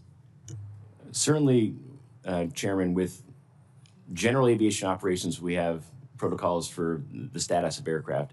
I will have to get back to you and take it for the record on what the protocol is to ensure that ADS-B out transmissions outside of the aircraft are being received. It's something I'll have to look on. How do we do that? And whether protocol is being followed. Absolutely. Thank you. Senator Schmidt. Thank you, Mr. Chairman. And my friend from Illinois would agree. I certainly don't want to. I don't want to see us reduce standards. I guess, and following in that same spirit, with Mr. Rochlow, can you commit that no hiring decisions will be made based on race? Yes, sir. Again, we're looking for the best and the brightest, and we're prioritizing those who are best qualified. Because as you know, there's a lawsuit by about 1,000 folks who are claiming that they didn't get a job because of their race, the FAA. We're all about making sure the best and the brightest are there, and we do that through a testing mechanism. That's great to hear. I did want to ask, General, and again, I apologize if this has been asked before. They're running us in and out of here, different committee hearings, armed services. I did want to ask, this was a very strong crew in the Blackhawk. Is it typical, or I guess, is it a problem? Is it typical and is it a problem to have someone who is a lower rank as this is my understanding, that the evaluator was a lower rank than the pilot? Is that a typical situation? Is that problematic? Is that not a problem? Do you think it contributed in any way? I just wanted to get your assessment. Thank you, Senator, for the question. It is extremely typical in Army aviation because the preponderance of our force are our warrant officers, and they are professional aviators. That's what they do for their entire career. And so they are instructor pilots, our maintenance test pilots, our safety officers, and our commissioned officers fill roles of leadership within the organization. So it's a very routine to have a senior member being evaluated by a junior member. Okay, so I'm sure you've gone through this analysis, and I just feel like in the in the spirit of making sure we're getting this right moving forward, that you don't think there's a systemic problem associated with maybe somebody with a lower rank saying something to somebody of a higher rank in those kind of situations. You've went through that analysis, I'm assuming. Absolutely, and that is certainly the personalities of crew members and capabilities is something that is considered in that risk brief process for every single flight. Is it the right crew? Is the crew mixed properly? Commanders would know if there's issues with simple as they don't get along, and commanders would take that into account before approving any flight. And I guess for the FAA, and again, maybe you've been asked this before, but clearly in the chairman's opening statement and a number of the committee members, just the report, the statistics of the number of near misses between helicopters and aircraft landing at DCA, that, you know, those operations now have been halted. Can you just explain to the American people why that didn't happen before? So, again, I'll say that the reports that were come in previously were certainly analyzed, but something was missed, and since that time, we've been using new tools available to us, artificial intelligence, machine learning, to be able to scan the tens of millions of data points, to be able to do that analysis in a more proactive and ideally at some point here predictive way to identify risk earlier and to mitigate that risk. But this wasn't a new issue at DCA, right? This is an issue that had been a long-standing concern. Is that accurate? It's accurate. There were a number of reports that came in, and I would say that we've, as I mentioned earlier, we investigate every single near mid-air collision, and even as we talk about spectrum issues, Chairman Cruz mentioned, we have teams that go out and assess the airspace itself, making sure that we're working with partners, whether it's on counter-UAS technology, to make sure that airspace is as clean as possible from interference. And so moving forward, obviously it's a response to the tragedy that happened, and I would be remiss not to express my condolences to the families who are here. I know everyone has, and it's devastating for each and every one of you, including some folks from back home. And so your advocacy does matter, and it will carry beyond today, right? This is important. So I ask in the spirit of that, moving forward then, is that how you see things, that the state of play as it currently is now will continue? Yes, sir. We'll continue to use the latest tools we have to be able to assess that data and work with the industry, with the aviation ecosystem, if you will, to identify that risk early and to mitigate that risk immediately. Okay. Thank you, Mr. Chairman. Thank you, Senator Schmidt. Mr. Rocheleau, at the moment, whether it's on or off is irrelevant because there's no flights. You're announcing something that doesn't, at the moment, matter because you have not lifted the ban on the flights. Is that true? So it's helpful to, if I can just point to the graphic. In the graphic, I can explain that in the yellow sectioned area, the graphic there, that is where there is no mixed traffic. No helicopters, no fixed wing, except for those very few circumstances where we have emergency national security type of traffic. In the red section, in that red airspace, is where ADS-B out, so DCA Class B airspace is now required. You'll also notice where, based on the NTSB recommendations, where we've eliminated Route 4 down going north to south on the Potomac, as well as Route 6 that formerly, you can see on the left side of the graphic, was in effect between from the west to the east, where Bowling Air Force Base is. I'll have to think about that. Yes, sir. Thank you. Mr. Chairman, if I could, just for the record, because I see we have several Senator Campbell, colleagues. you're recognized. Thank you, Mr. Chairman.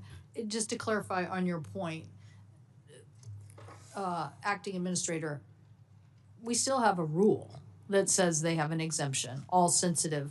So I know you're making a declaration today, but I don't think that supersedes the rule. Now, maybe President Trump's going to call all these agencies and tell them to stand down, but legally, whatever the FAA is doing today doesn't take precedent over that rule. So when I come back for a second round,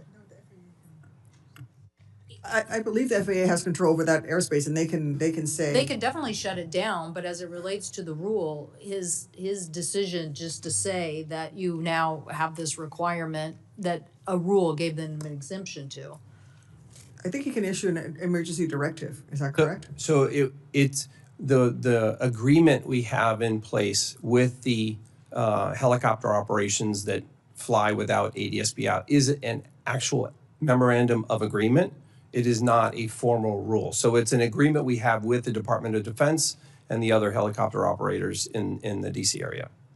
And we can get a copy of that, the Yes, ma'am. MOU? Thank you. Senator Hickman. Senator Hickman.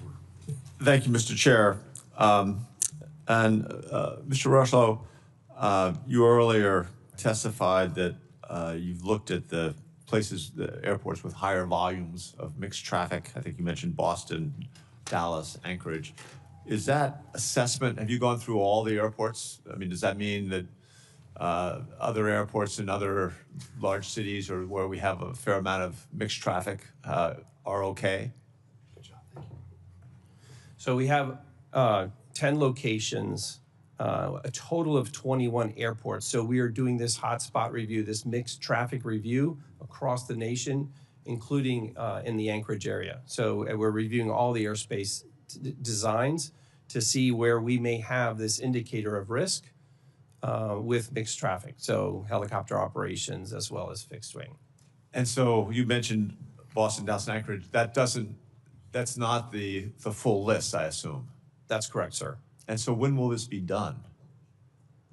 So obviously 21 locations. I'm receiving regular updates. I anticipate that being, I anticipate that activity being concluded in the next couple weeks. I will tell you that our teams they're being very intentional about how they go through that airspace because it's been built over time as it relates to helicopter routes and other approaches and departure routes. So we're being very intentional, very careful. We don't want to move quickly with inducing additional risk. Right, I understand that, but obviously time is of the essence. Yes, when sir. you're a situation like this, making sure that even a preliminary warning as part of that assessment would be pretty valuable. And any indicator that there's an emerging risk, we would take immediate action. Ms. Hamady, you have in the past talked about workforce and making sure that you are fully staffed. And I think this is a direct follow-up on that. Are we fully staffed? I mean, you're going to look at this entire incident, and it's going to take the typical year and a half or 2 years, which again drives a lot of my constituents crazy. Do you have a timeline for when you will finish the full incident report or whatever the legal description is? When that will happen? We've committed to 1 year, barring any unforeseen circumstances, but 1 year. And so you have enough staffing on that? We have 40 experts at the NTSB that are currently leading this investigation. It is a high workload because it's not their only investigation that they're focused on, but they're very committed to this one. And then we have an entire agency that supports them. Right. We have a array of past reports, and it varies dramatically. But I appreciate the fact that you're trying to accelerate this. I think it frustrates a lot of people that it takes so long. I mean, how long does it take to gather the facts? So, I mean, it is a complex investigations, and our investigations are very broad, and there's a lot of information that can change over time, and we are very fact-based, following the evidence. So we do, that's our credibility. So we want to be exact when we issue something. I will say, I do have to congratulate our workforce because when I came on as chair, we had well over 400, close to 500 reports that were 2, 3, 4 years old, and they're now below 2. Right. So that is significant, but the complexity of investigations and then the fact that some things we don't have control over, like if we can't get access to evidence because a district attorney or law enforcement is prohibiting us in a certain situation with a highway crash, that can extend the timeline. Sure. No, I've seen that. But I think in something like this, where time is of the essence, I Yes, appreciate you guys agreed. making the effort, and glad to hear that you have the workforce. Mr. Rushlow, in your testimony, you highlighted some of the recent changes in hiring, and also especially in the training processes to make sure we have more qualified air traffic controllers, but full workforce.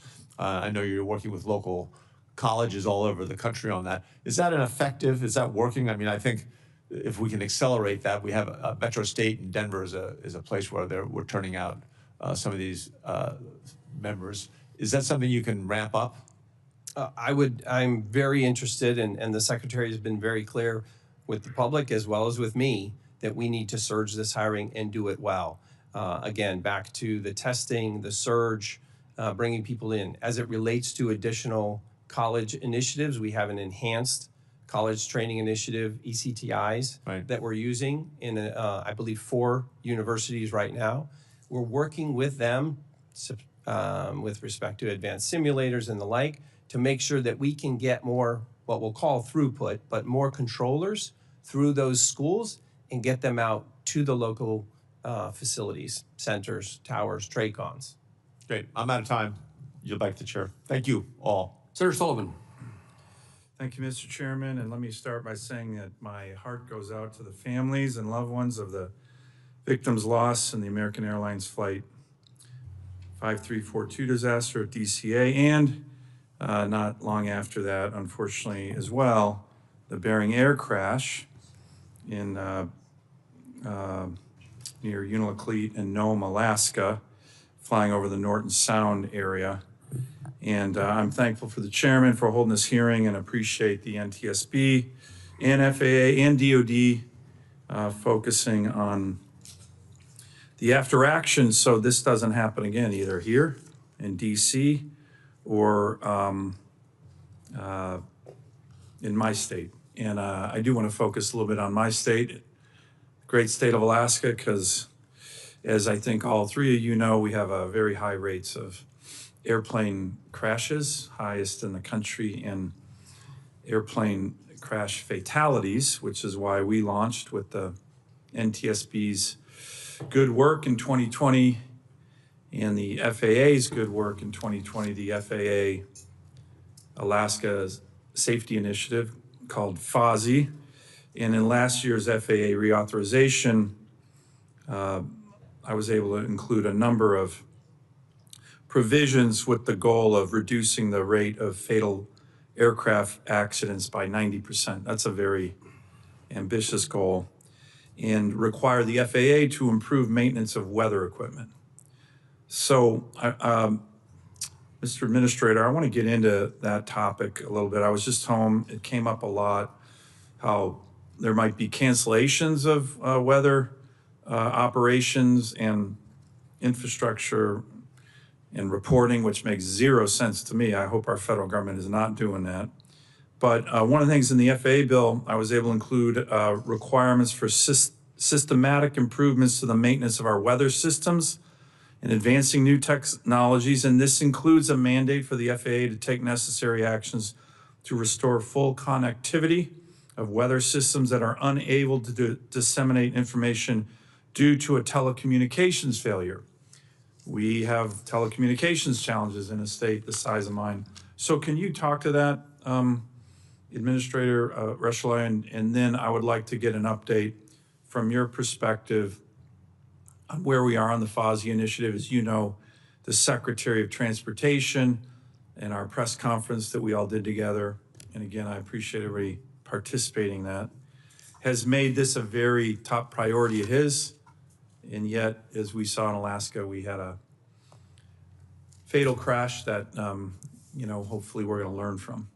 Can I ask you on that, on the data link, telecoms, weather reporting, which is a big deal for my state? Yes, sir, I appreciate that. And I appreciate the opportunity to talk a little bit more based on our previous conversation, your leadership. As a result of that and your request, I did travel recently to Alaska to go and understand more. I met with the NTSB lead investigator along with my investigators as it related to the Bering Air tragedy. By the way, thank you both for coming up to Alaska. I know it's not the closest state to get to from Washington, D.C., but it's important that you're showing my constituents that it matters. Yes, sir, and I agree. It's very important. I understand, having been there a number of times, the unique nature of Alaska, certainly its topography, as well as the need for safe aviation operations. So related to, again, reauthorization and the commitment to work to have better communications throughout Alaska, one of the initiatives, one of the reasons I went to Anchorage was to understand more about how the maintenance issues, the connectivity issues, whether that's on the telco side or satellite. And one of the things we're doing right now, and I met with our own technical operations people in the area to test Starlink, so satellite, because of the unique nature of it and the difficulty with telco. We needed another solution. Yeah. And one of the ways we believe we can do that is using satellite-based technology. And so that's what we're experimenting with right now. Well, by the way, I really appreciate, the press here kind of went crazy and, oh, Starlink, and, I mean, that's actually really helpful for us. And we appreciate the secretary called me and said, hey, we're going to connect some of these terminals through Starlink because that's the most effective way to do it. So I appreciate it. I appreciated that you guys were working it. Can you give me an update or Madam Chair, an update on the FOSI initiative, and then any preliminary findings you're seeing from the NTSB preliminary report on the Bering Air crash? Senator Sullivan, this needs to be your last question. It is, Mr. Chairman. We are still working on that investigation, of course. The preliminary report was issued and did find that the aircraft was over 1,000 pounds overweight, but we also are going to look at the center of gravity on that airplane and see how that factored in. And then we are really focused in on weather that day as well. As you noted, weather infrastructure is critical for Alaska. And we have a number of recommendations on weather observing stations and also the importance of pilot reports and having air traffic control when a pilot reports weather conditions to pass that information along to other pilots in the area. And that's something we're looking at as part of this investigation in particular. Great. Thank you. Thank you, Mr. Chairman. Senator Sullivan, thank you. I don't want to diminish the circumstances that Alaskans faced and the circumstance you as their senator represent. We're trying to get everybody's questions in before the vote closes, and I recognize Senator Klobuchar. Thank you very much, Chairman. Thank you, and to the families. Just such a tragedy, and I know there are those watching at home as well, including the family. Wendy Jo Schaefer, a Minnesotan mom, 2 little kids, and husband, and we lost her. So, Chair, I want to thank you for your work. I know how complicated these investigations are. And could you just briefly talk about any open recommendations on communications that don't come out of this, that the NTSB, I know you have over 1,000 open safety recommendations, and while this investigation is ongoing, just open recommendations related to technology and anything that would improve communication? Related to this investigation? Not related. Oh, not related. I understand you. We have a number of recommendations that remain open, including a number of recommendations issued to the FAA. On communications in particular, I mean, one thing I will mention that we haven't talked about that we are looking at as part of this investigation is our longstanding belief that ADS-B also needs to be mandated by the FAA. We don't know what relevance that has to this investigation yet. However, it is a longstanding position of the NTSB. It will provide key information to pilots. And in 2008, in our comments for a notice of proposed rulemaking to FAA, where they decided not to require it, we said equipage of aircraft with ADS-B capability will provide an immediate and substantial contribution to safety. Just a couple of years ago, and we just talked about Alaska, we investigated a mid-air collision in Ketchikan, and we reiterated, and this is the statement, that NTSB remains concerned that without a requirement to install and use ADS-B supported airborne traffic advisory systems, mid-air collisions will continue to occur. And that was in 2019. Okay. So we'll look at that as part of this investigation. Okay, thank you. We all know full funding of the FAA couldn't be more important. Last year, we passed the bipartisan FAA bill to improve aviation, workforce training, and actually Senator Braun, now Governor, and I had the bill to require the FAA to conduct maximum hiring of air traffic controllers at the FAA Academy.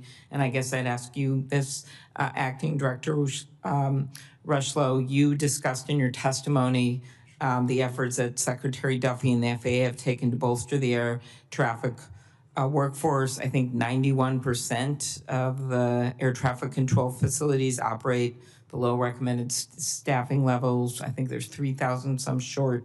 This is I got from some of the people who do this work.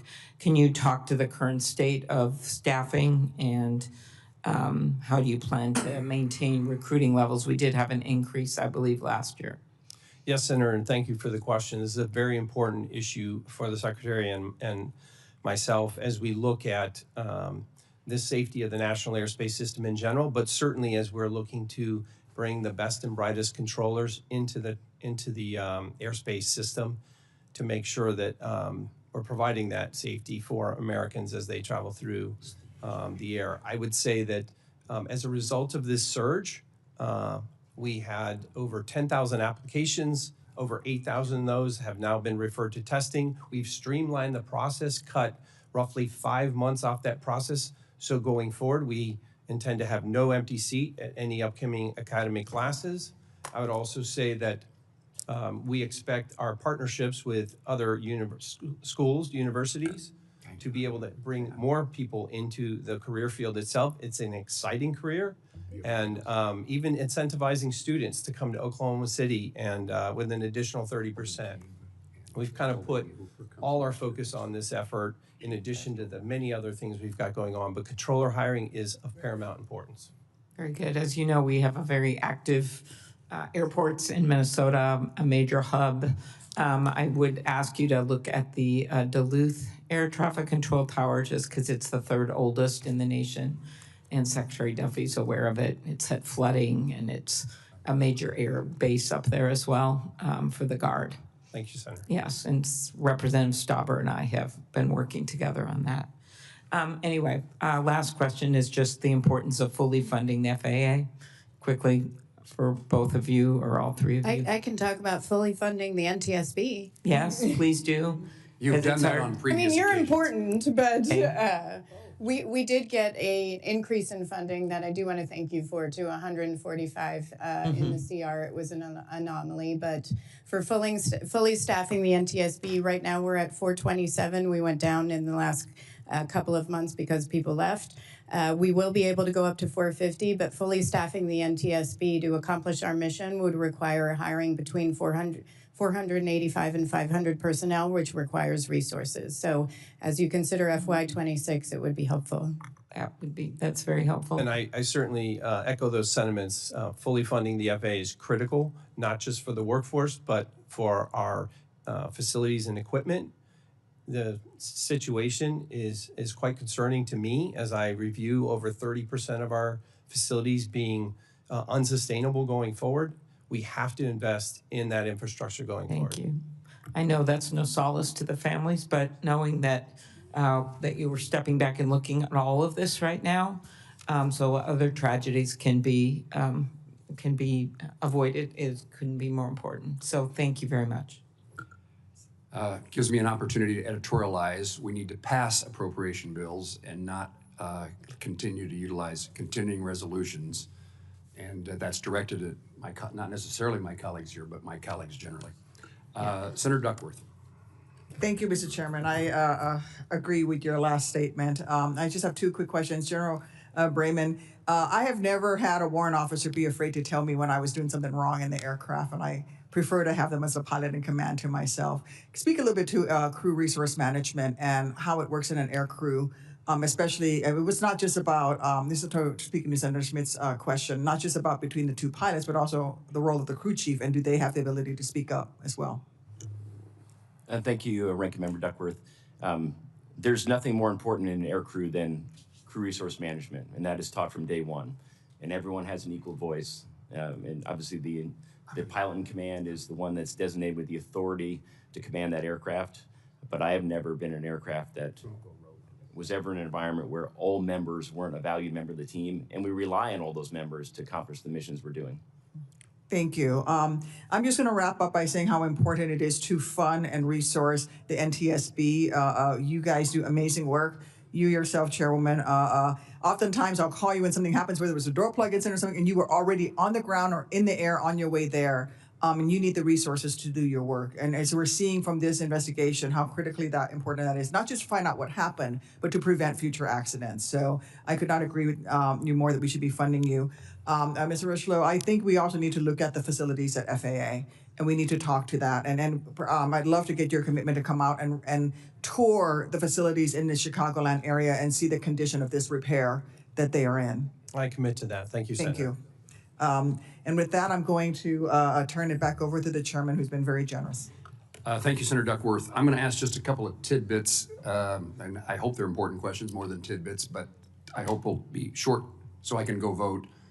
And I think that Senator Duckworth will close out the hearing in my absence. First of all, the fact that ADS-B out, there's evidence that the transmissions were not received, and apparently the Army doesn't know that they weren't received. Why doesn't the FAA know they're not received? I'm not aware of that. I know it's a part of the ongoing investigation. I don't believe that we receive any helicopter information from the Army. But somebody has to be reporting that they were sent but not received. Who do they report that to? Again, I think that's part of the investigation. My assumption would be the Army. Okay. The Army could have it turned on, but I think what the chairwoman is saying is that the receiving station got no data, so the Army has got it turned on, and they don't know that it's not receiving. So this is, again, this communication issue between the different agencies. Right. Senator Duckworth was speaking on my behalf. She said it exactly right. I said you were generous. I think my concluding question, and then I recognize Senator Markey.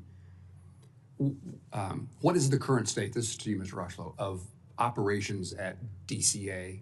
How are they different today than they were on January the 29th? Yes, sir. Again, I appreciate it, the opportunity to explain. So immediately after January 29th, we restricted the airspace and in the yellow box, as I showed in the previous graphic, for mixed traffic. So no helicopters or fixed wing will be in that box, if you will.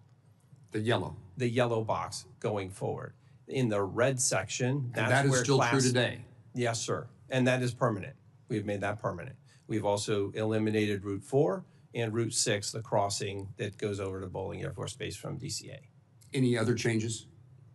Well, I would ask about number of flights. It appears to me, and my understanding is there are fewer flights utilizing Reagan National Airport? Yes, sir. Thank you. In the aftermath, we reduced the rate, the arrival rate. A lot of that was to support the NTSB ongoing investigation and the emergency response work.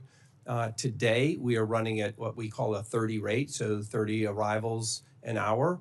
And we're doing that largely in partnership. I mean, we received great information from the NTSB regarding some feedback they were receiving during their preliminary investigation regarding the workload on the controllers themselves. Obviously, The tragic event has an effect. I mean, these people come to work every day. They care about what they do. And so we reduced the rate down to 26. Slowly, we move back to now we're at 30 rate. And will that stay constant or change in the future? So that right now, that's constant. That's staying. We're continuing to For the monitor foreseeable that. future, the 30, Yes, sir. is it 32? 30? It can go to 32, but right now we're at 30, and we plan to maintain that until such time as we assess the safety and being able to go to a higher rate. Senator Markey, are you okay if I continue just a moment? I often, almost without exception, when I'm chairing a hearing, ask the witnesses at the end, the conclusion of the hearing, is there anything that you want to correct that you didn't say as you wish to say it? Something you want to make sure we hear? And then I'll turn the conducting this hearing over to Senator Duckworth. Ms. Hamady?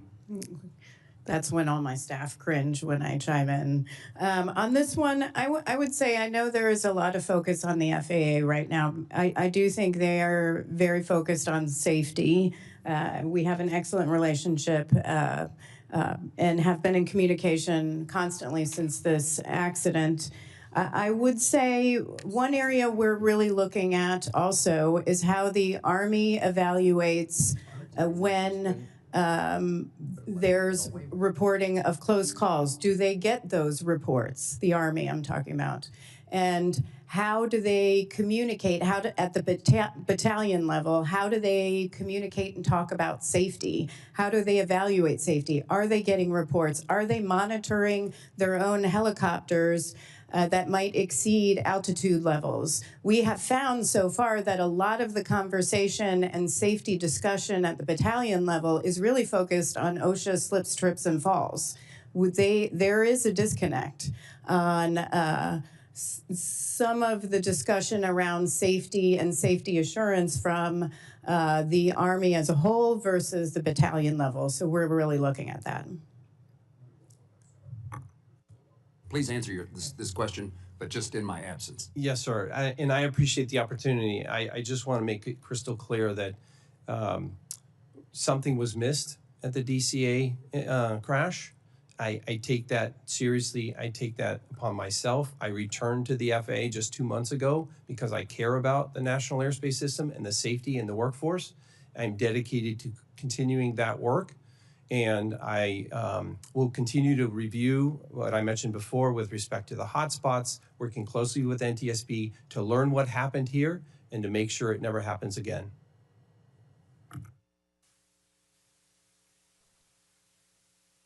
General, I'm going to ask you to suspend so Mr. Markey can ask his question because he's going to miss a roll call vote if he doesn't get to. I recognize Mr. Markey. Thank you so much. And thank you, Mr. Chairman, Ranking Member. I want to take a moment to express my deepest condolences to the families who lost loved ones in the tragic crash in January. Your pain is unimaginable, and your presence here today is a powerful reminder of the lives that were so suddenly and unfairly taken. I want to specifically note the individuals from the Skating Club of Boston who passed away in this crash.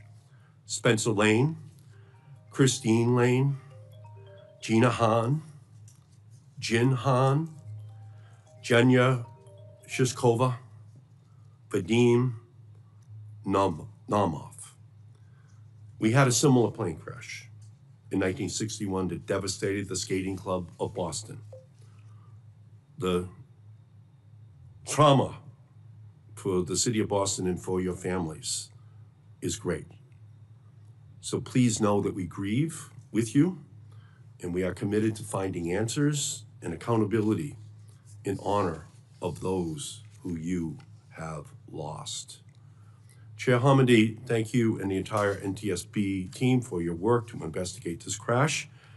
I want to discuss the altitude of the Blackhawk helicopter. NTSB's preliminary report notes that a few minutes before the crash, the pilot indicated that the helicopter was flying at an altitude of 300 feet, while the instructor pilot said it was at 400 feet.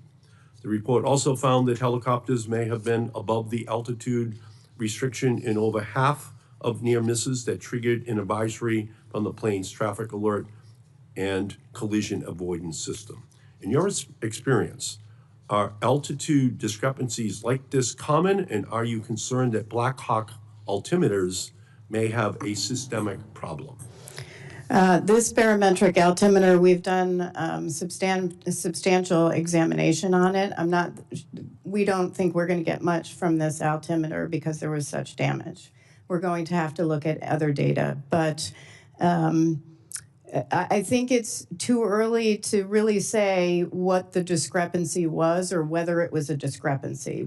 There was no information other than 1.1 nautical miles west of the Key Bridge when the pilot flying said, I'm at 300, and the pilot instructor said, I have you at 4. There was no further discussion of why. So there's a lot of work that still has to be done. Administrator Rushlow, on a related issue, Elon Musk recently made alarmist claims about the FAA's air traffic control communication system. He said the FAA assessment is single-digit months to catastrophic failure, putting air traffic safety at serious risk. The situation is extremely dire. Elon Musk is in charge of all of the investigations into every single federal agency. That's scary.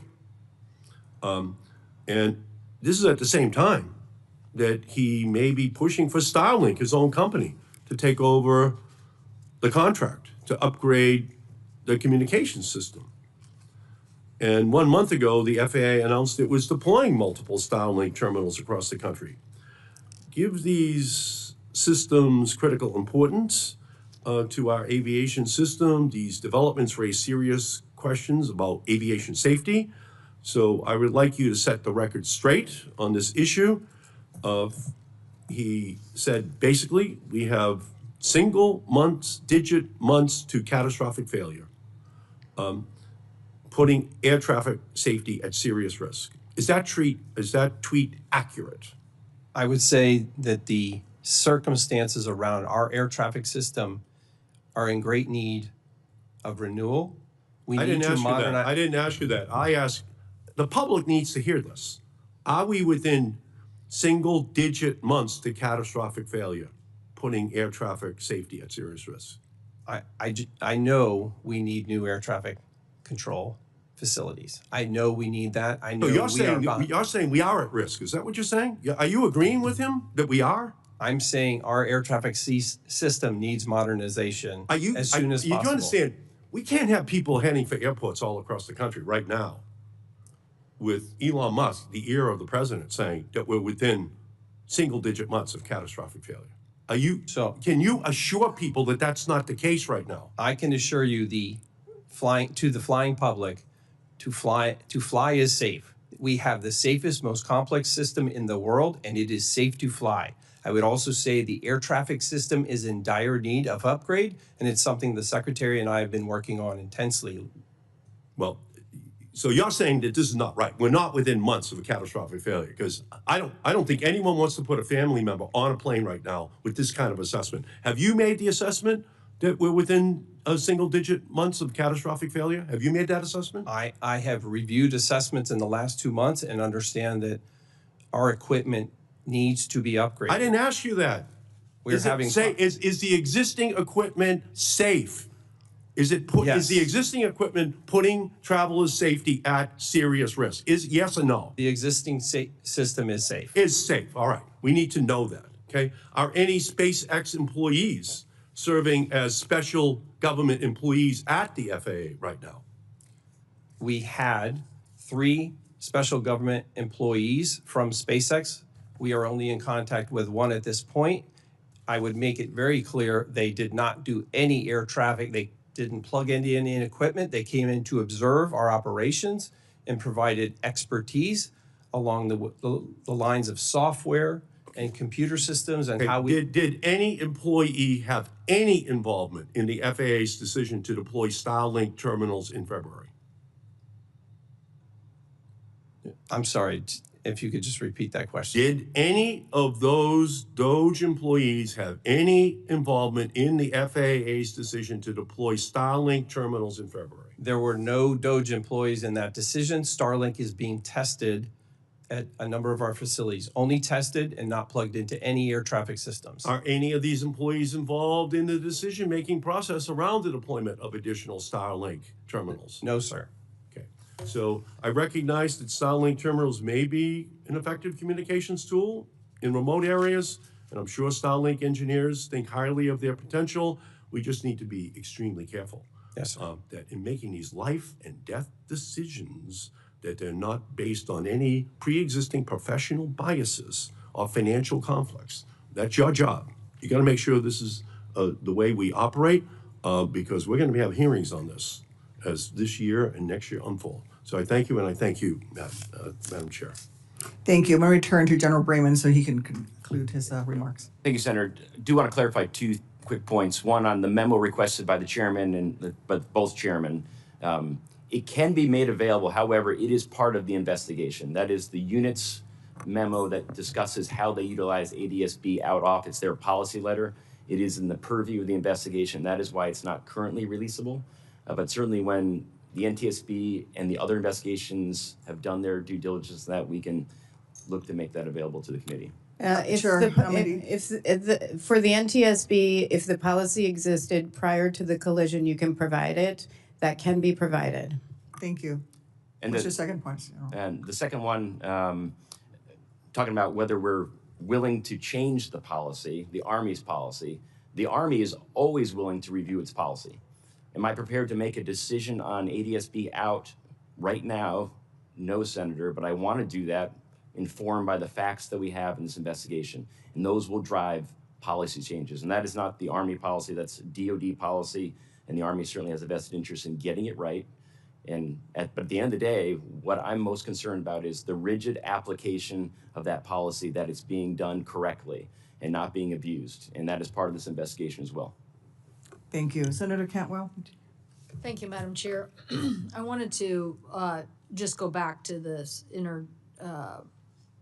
this process, how it's set up in the FAA and how we rectify these issues in the future. But Chairwoman Hamady, I think you're saying in your earlier testimony that even if the Blackhawk helicopter had hugged the shoreline as originally described, that even that route that's outlined is insufficient. Your investigation showed that even that is insufficient. Intolerable risk to aviation safety. Okay, intolerable risk to aviation safety. So, Acting Administrator, how did we get to a point where we have a route that's allowed and mapped, that the military is flying, that's interfacing with commercial aviation, that, as by the very definition, the NTSB is saying it was, even if they flew the correct path, was an intolerable risk? I think you're saying that because the difference in separation was just too small. There's virtually no margin of error. No margin of error. How are you defining margin of error, just out of? I mean, just looking at this, and I think you have the printout in front of you, hopefully, or staff has it, that we provided. This is for the public, this is in our preliminary report, and for those behind me, but the chart, when we looked at the when we mapped the glide slope, and we looked at the helicopter route, which has no lateral boundaries. It's 75 feet max if you're hugging the shoreline. The collision actually occurred to the right and slightly above the dash line right here. And commercial, and just so you know, pilots for landing on runway 33 don't have to be on this dash line. They can be above or below. But it occurred about to the right. They were not on the on this route. They were slightly over.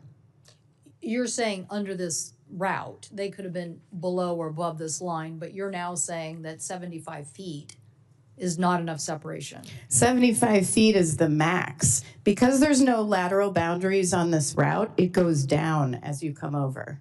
And so helicopters are not always on that eastern shoreline, which is where the 75 feet is marked.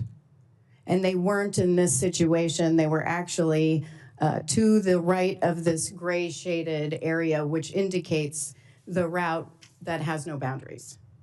But I thought your analysis, even if they were on that route, it's still an intolerable risk because there's Correct. not enough separation. 75 feet is very small. Right, so how did we get to this point is my question. How did we get to this point? It's like, it's a series of errors here, a series of errors. And so I'm just trying to understand, Acting Administrator, what office is responsible for this? What office is responsible for the exemption to the rule, which just made it worse?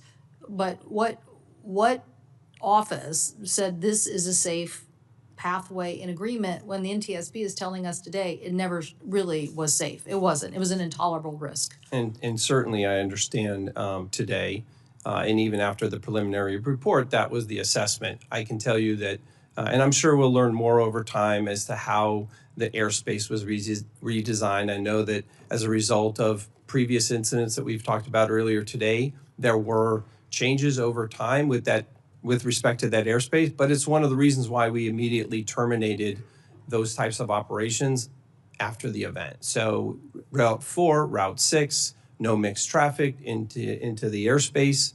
Those are the things that we put in place immediately. I think when you talk about how did we get there, I think we're going to learn more of that through the investigation. Again, I can confidently say, without knowing specifically what's in the investigation, that over time, those routes, that airspace was designed. It's one of the reasons why we've gone back to the hotspots now throughout the nation to understand the circumstances by which we move traffic safely and efficiently. What office at the FAA has oversight of this issue as it relates to this area?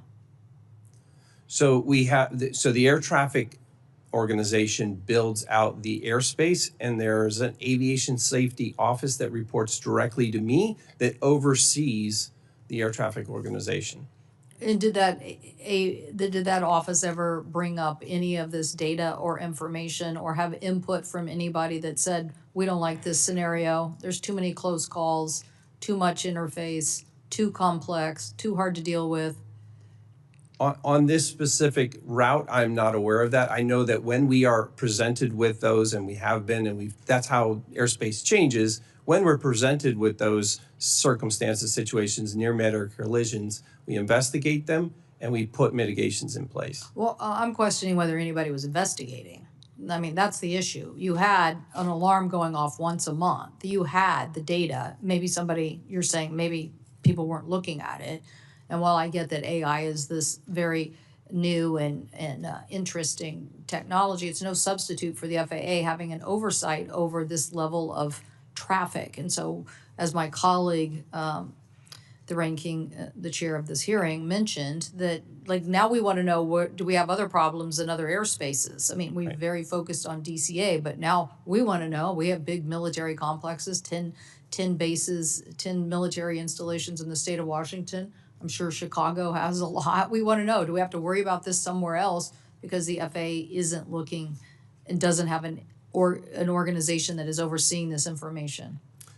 I agree 100% with you. This is of utmost concern to me, not just in the DCA area, which, again, we've put measures in place to reduce the risk and to make the airspace less complex. This is one of the reasons why we have a task force working on what we're calling hotspots, to ensure that we're looking at airspace design wherever we have mixed traffic in 10 locations. I believe it's a total of 21 airports specifically, to see where similar traffic like this needs mitigation. So you say this office reports directly to you, and you say this they oversee these areas and the interface. So let me be clear about that. The office that oversees air traffic reports directly to me. The task force, the group of people that are looking at these hotspots specifically, are part of multiple parts of the agency: air traffic, aviation safety, airports. So we have a number of people part of that effort to make sure that we're looking at the airspace design, and if we find risk, we react. Well, there was risk, for sure. There was risk. It was being sounded in an alarm, and it wasn't being addressed. So now we have to figure out why that wasn't being addressed. There's a lot of information here that says very high risk, very high risk. So why was that ignored, or was no one looking at it? So we need an answer. I think this committee did very good work, in my opinion, after the Columbia accident, and set up more safety offices to make sure that we never miss something like that again. And I feel like that's the issue we're asking you today. And so we need to understand what you think is in place and why. If it was in place, did we miss this because little pieces of the responsibility was delegated to various parts of the organization and nobody had a holistic approach? Or, data, lots of data, and it's being ignored. But this is a clear that this was an unacceptable design. It's just unacceptable. And I don't know how we got there. I do want to ask you, are you now supportive of ADS-B in as a requirement? Making sure that carriers like this regional jet, again, I mentioned earlier, it's $20,000 or so per plane. Why can't we just say we're going to do this? I did understand from the chair earlier that it's been an ongoing recommendation. I have not personally looked into that in the last 2 months as to what the expectations are on ADS-BN. I know that equipage on aircraft throughout the system can be challenging, but I certainly will take that back and look into it to figure out what specifically ADS-BN would be, what would be required to mandate that. Certainly if Congress passes a law, we would, as we did with... We already did, by the way, we already did. It was called the reauthorization bill. And as I said in my opening statement, we basically authorized spending for this through the equipage program.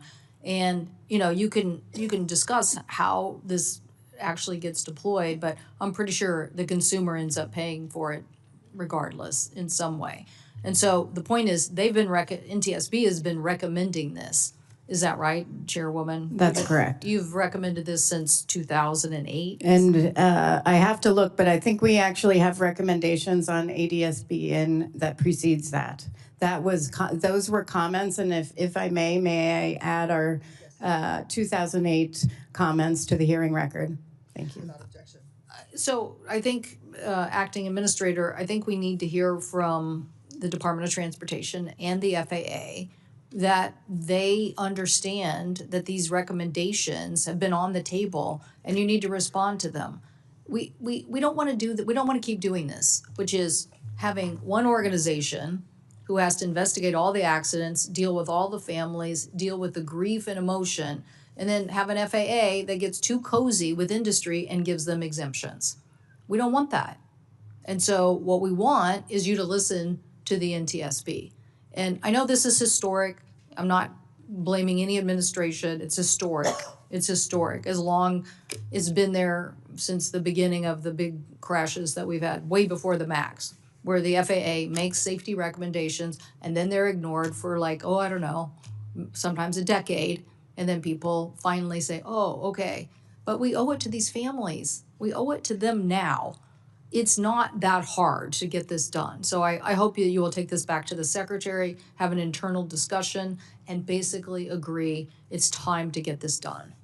Yes. And if I may add, and we're going to look at this as part of our investigation to see how it could have factored in, but the CRJ had ADS-B out.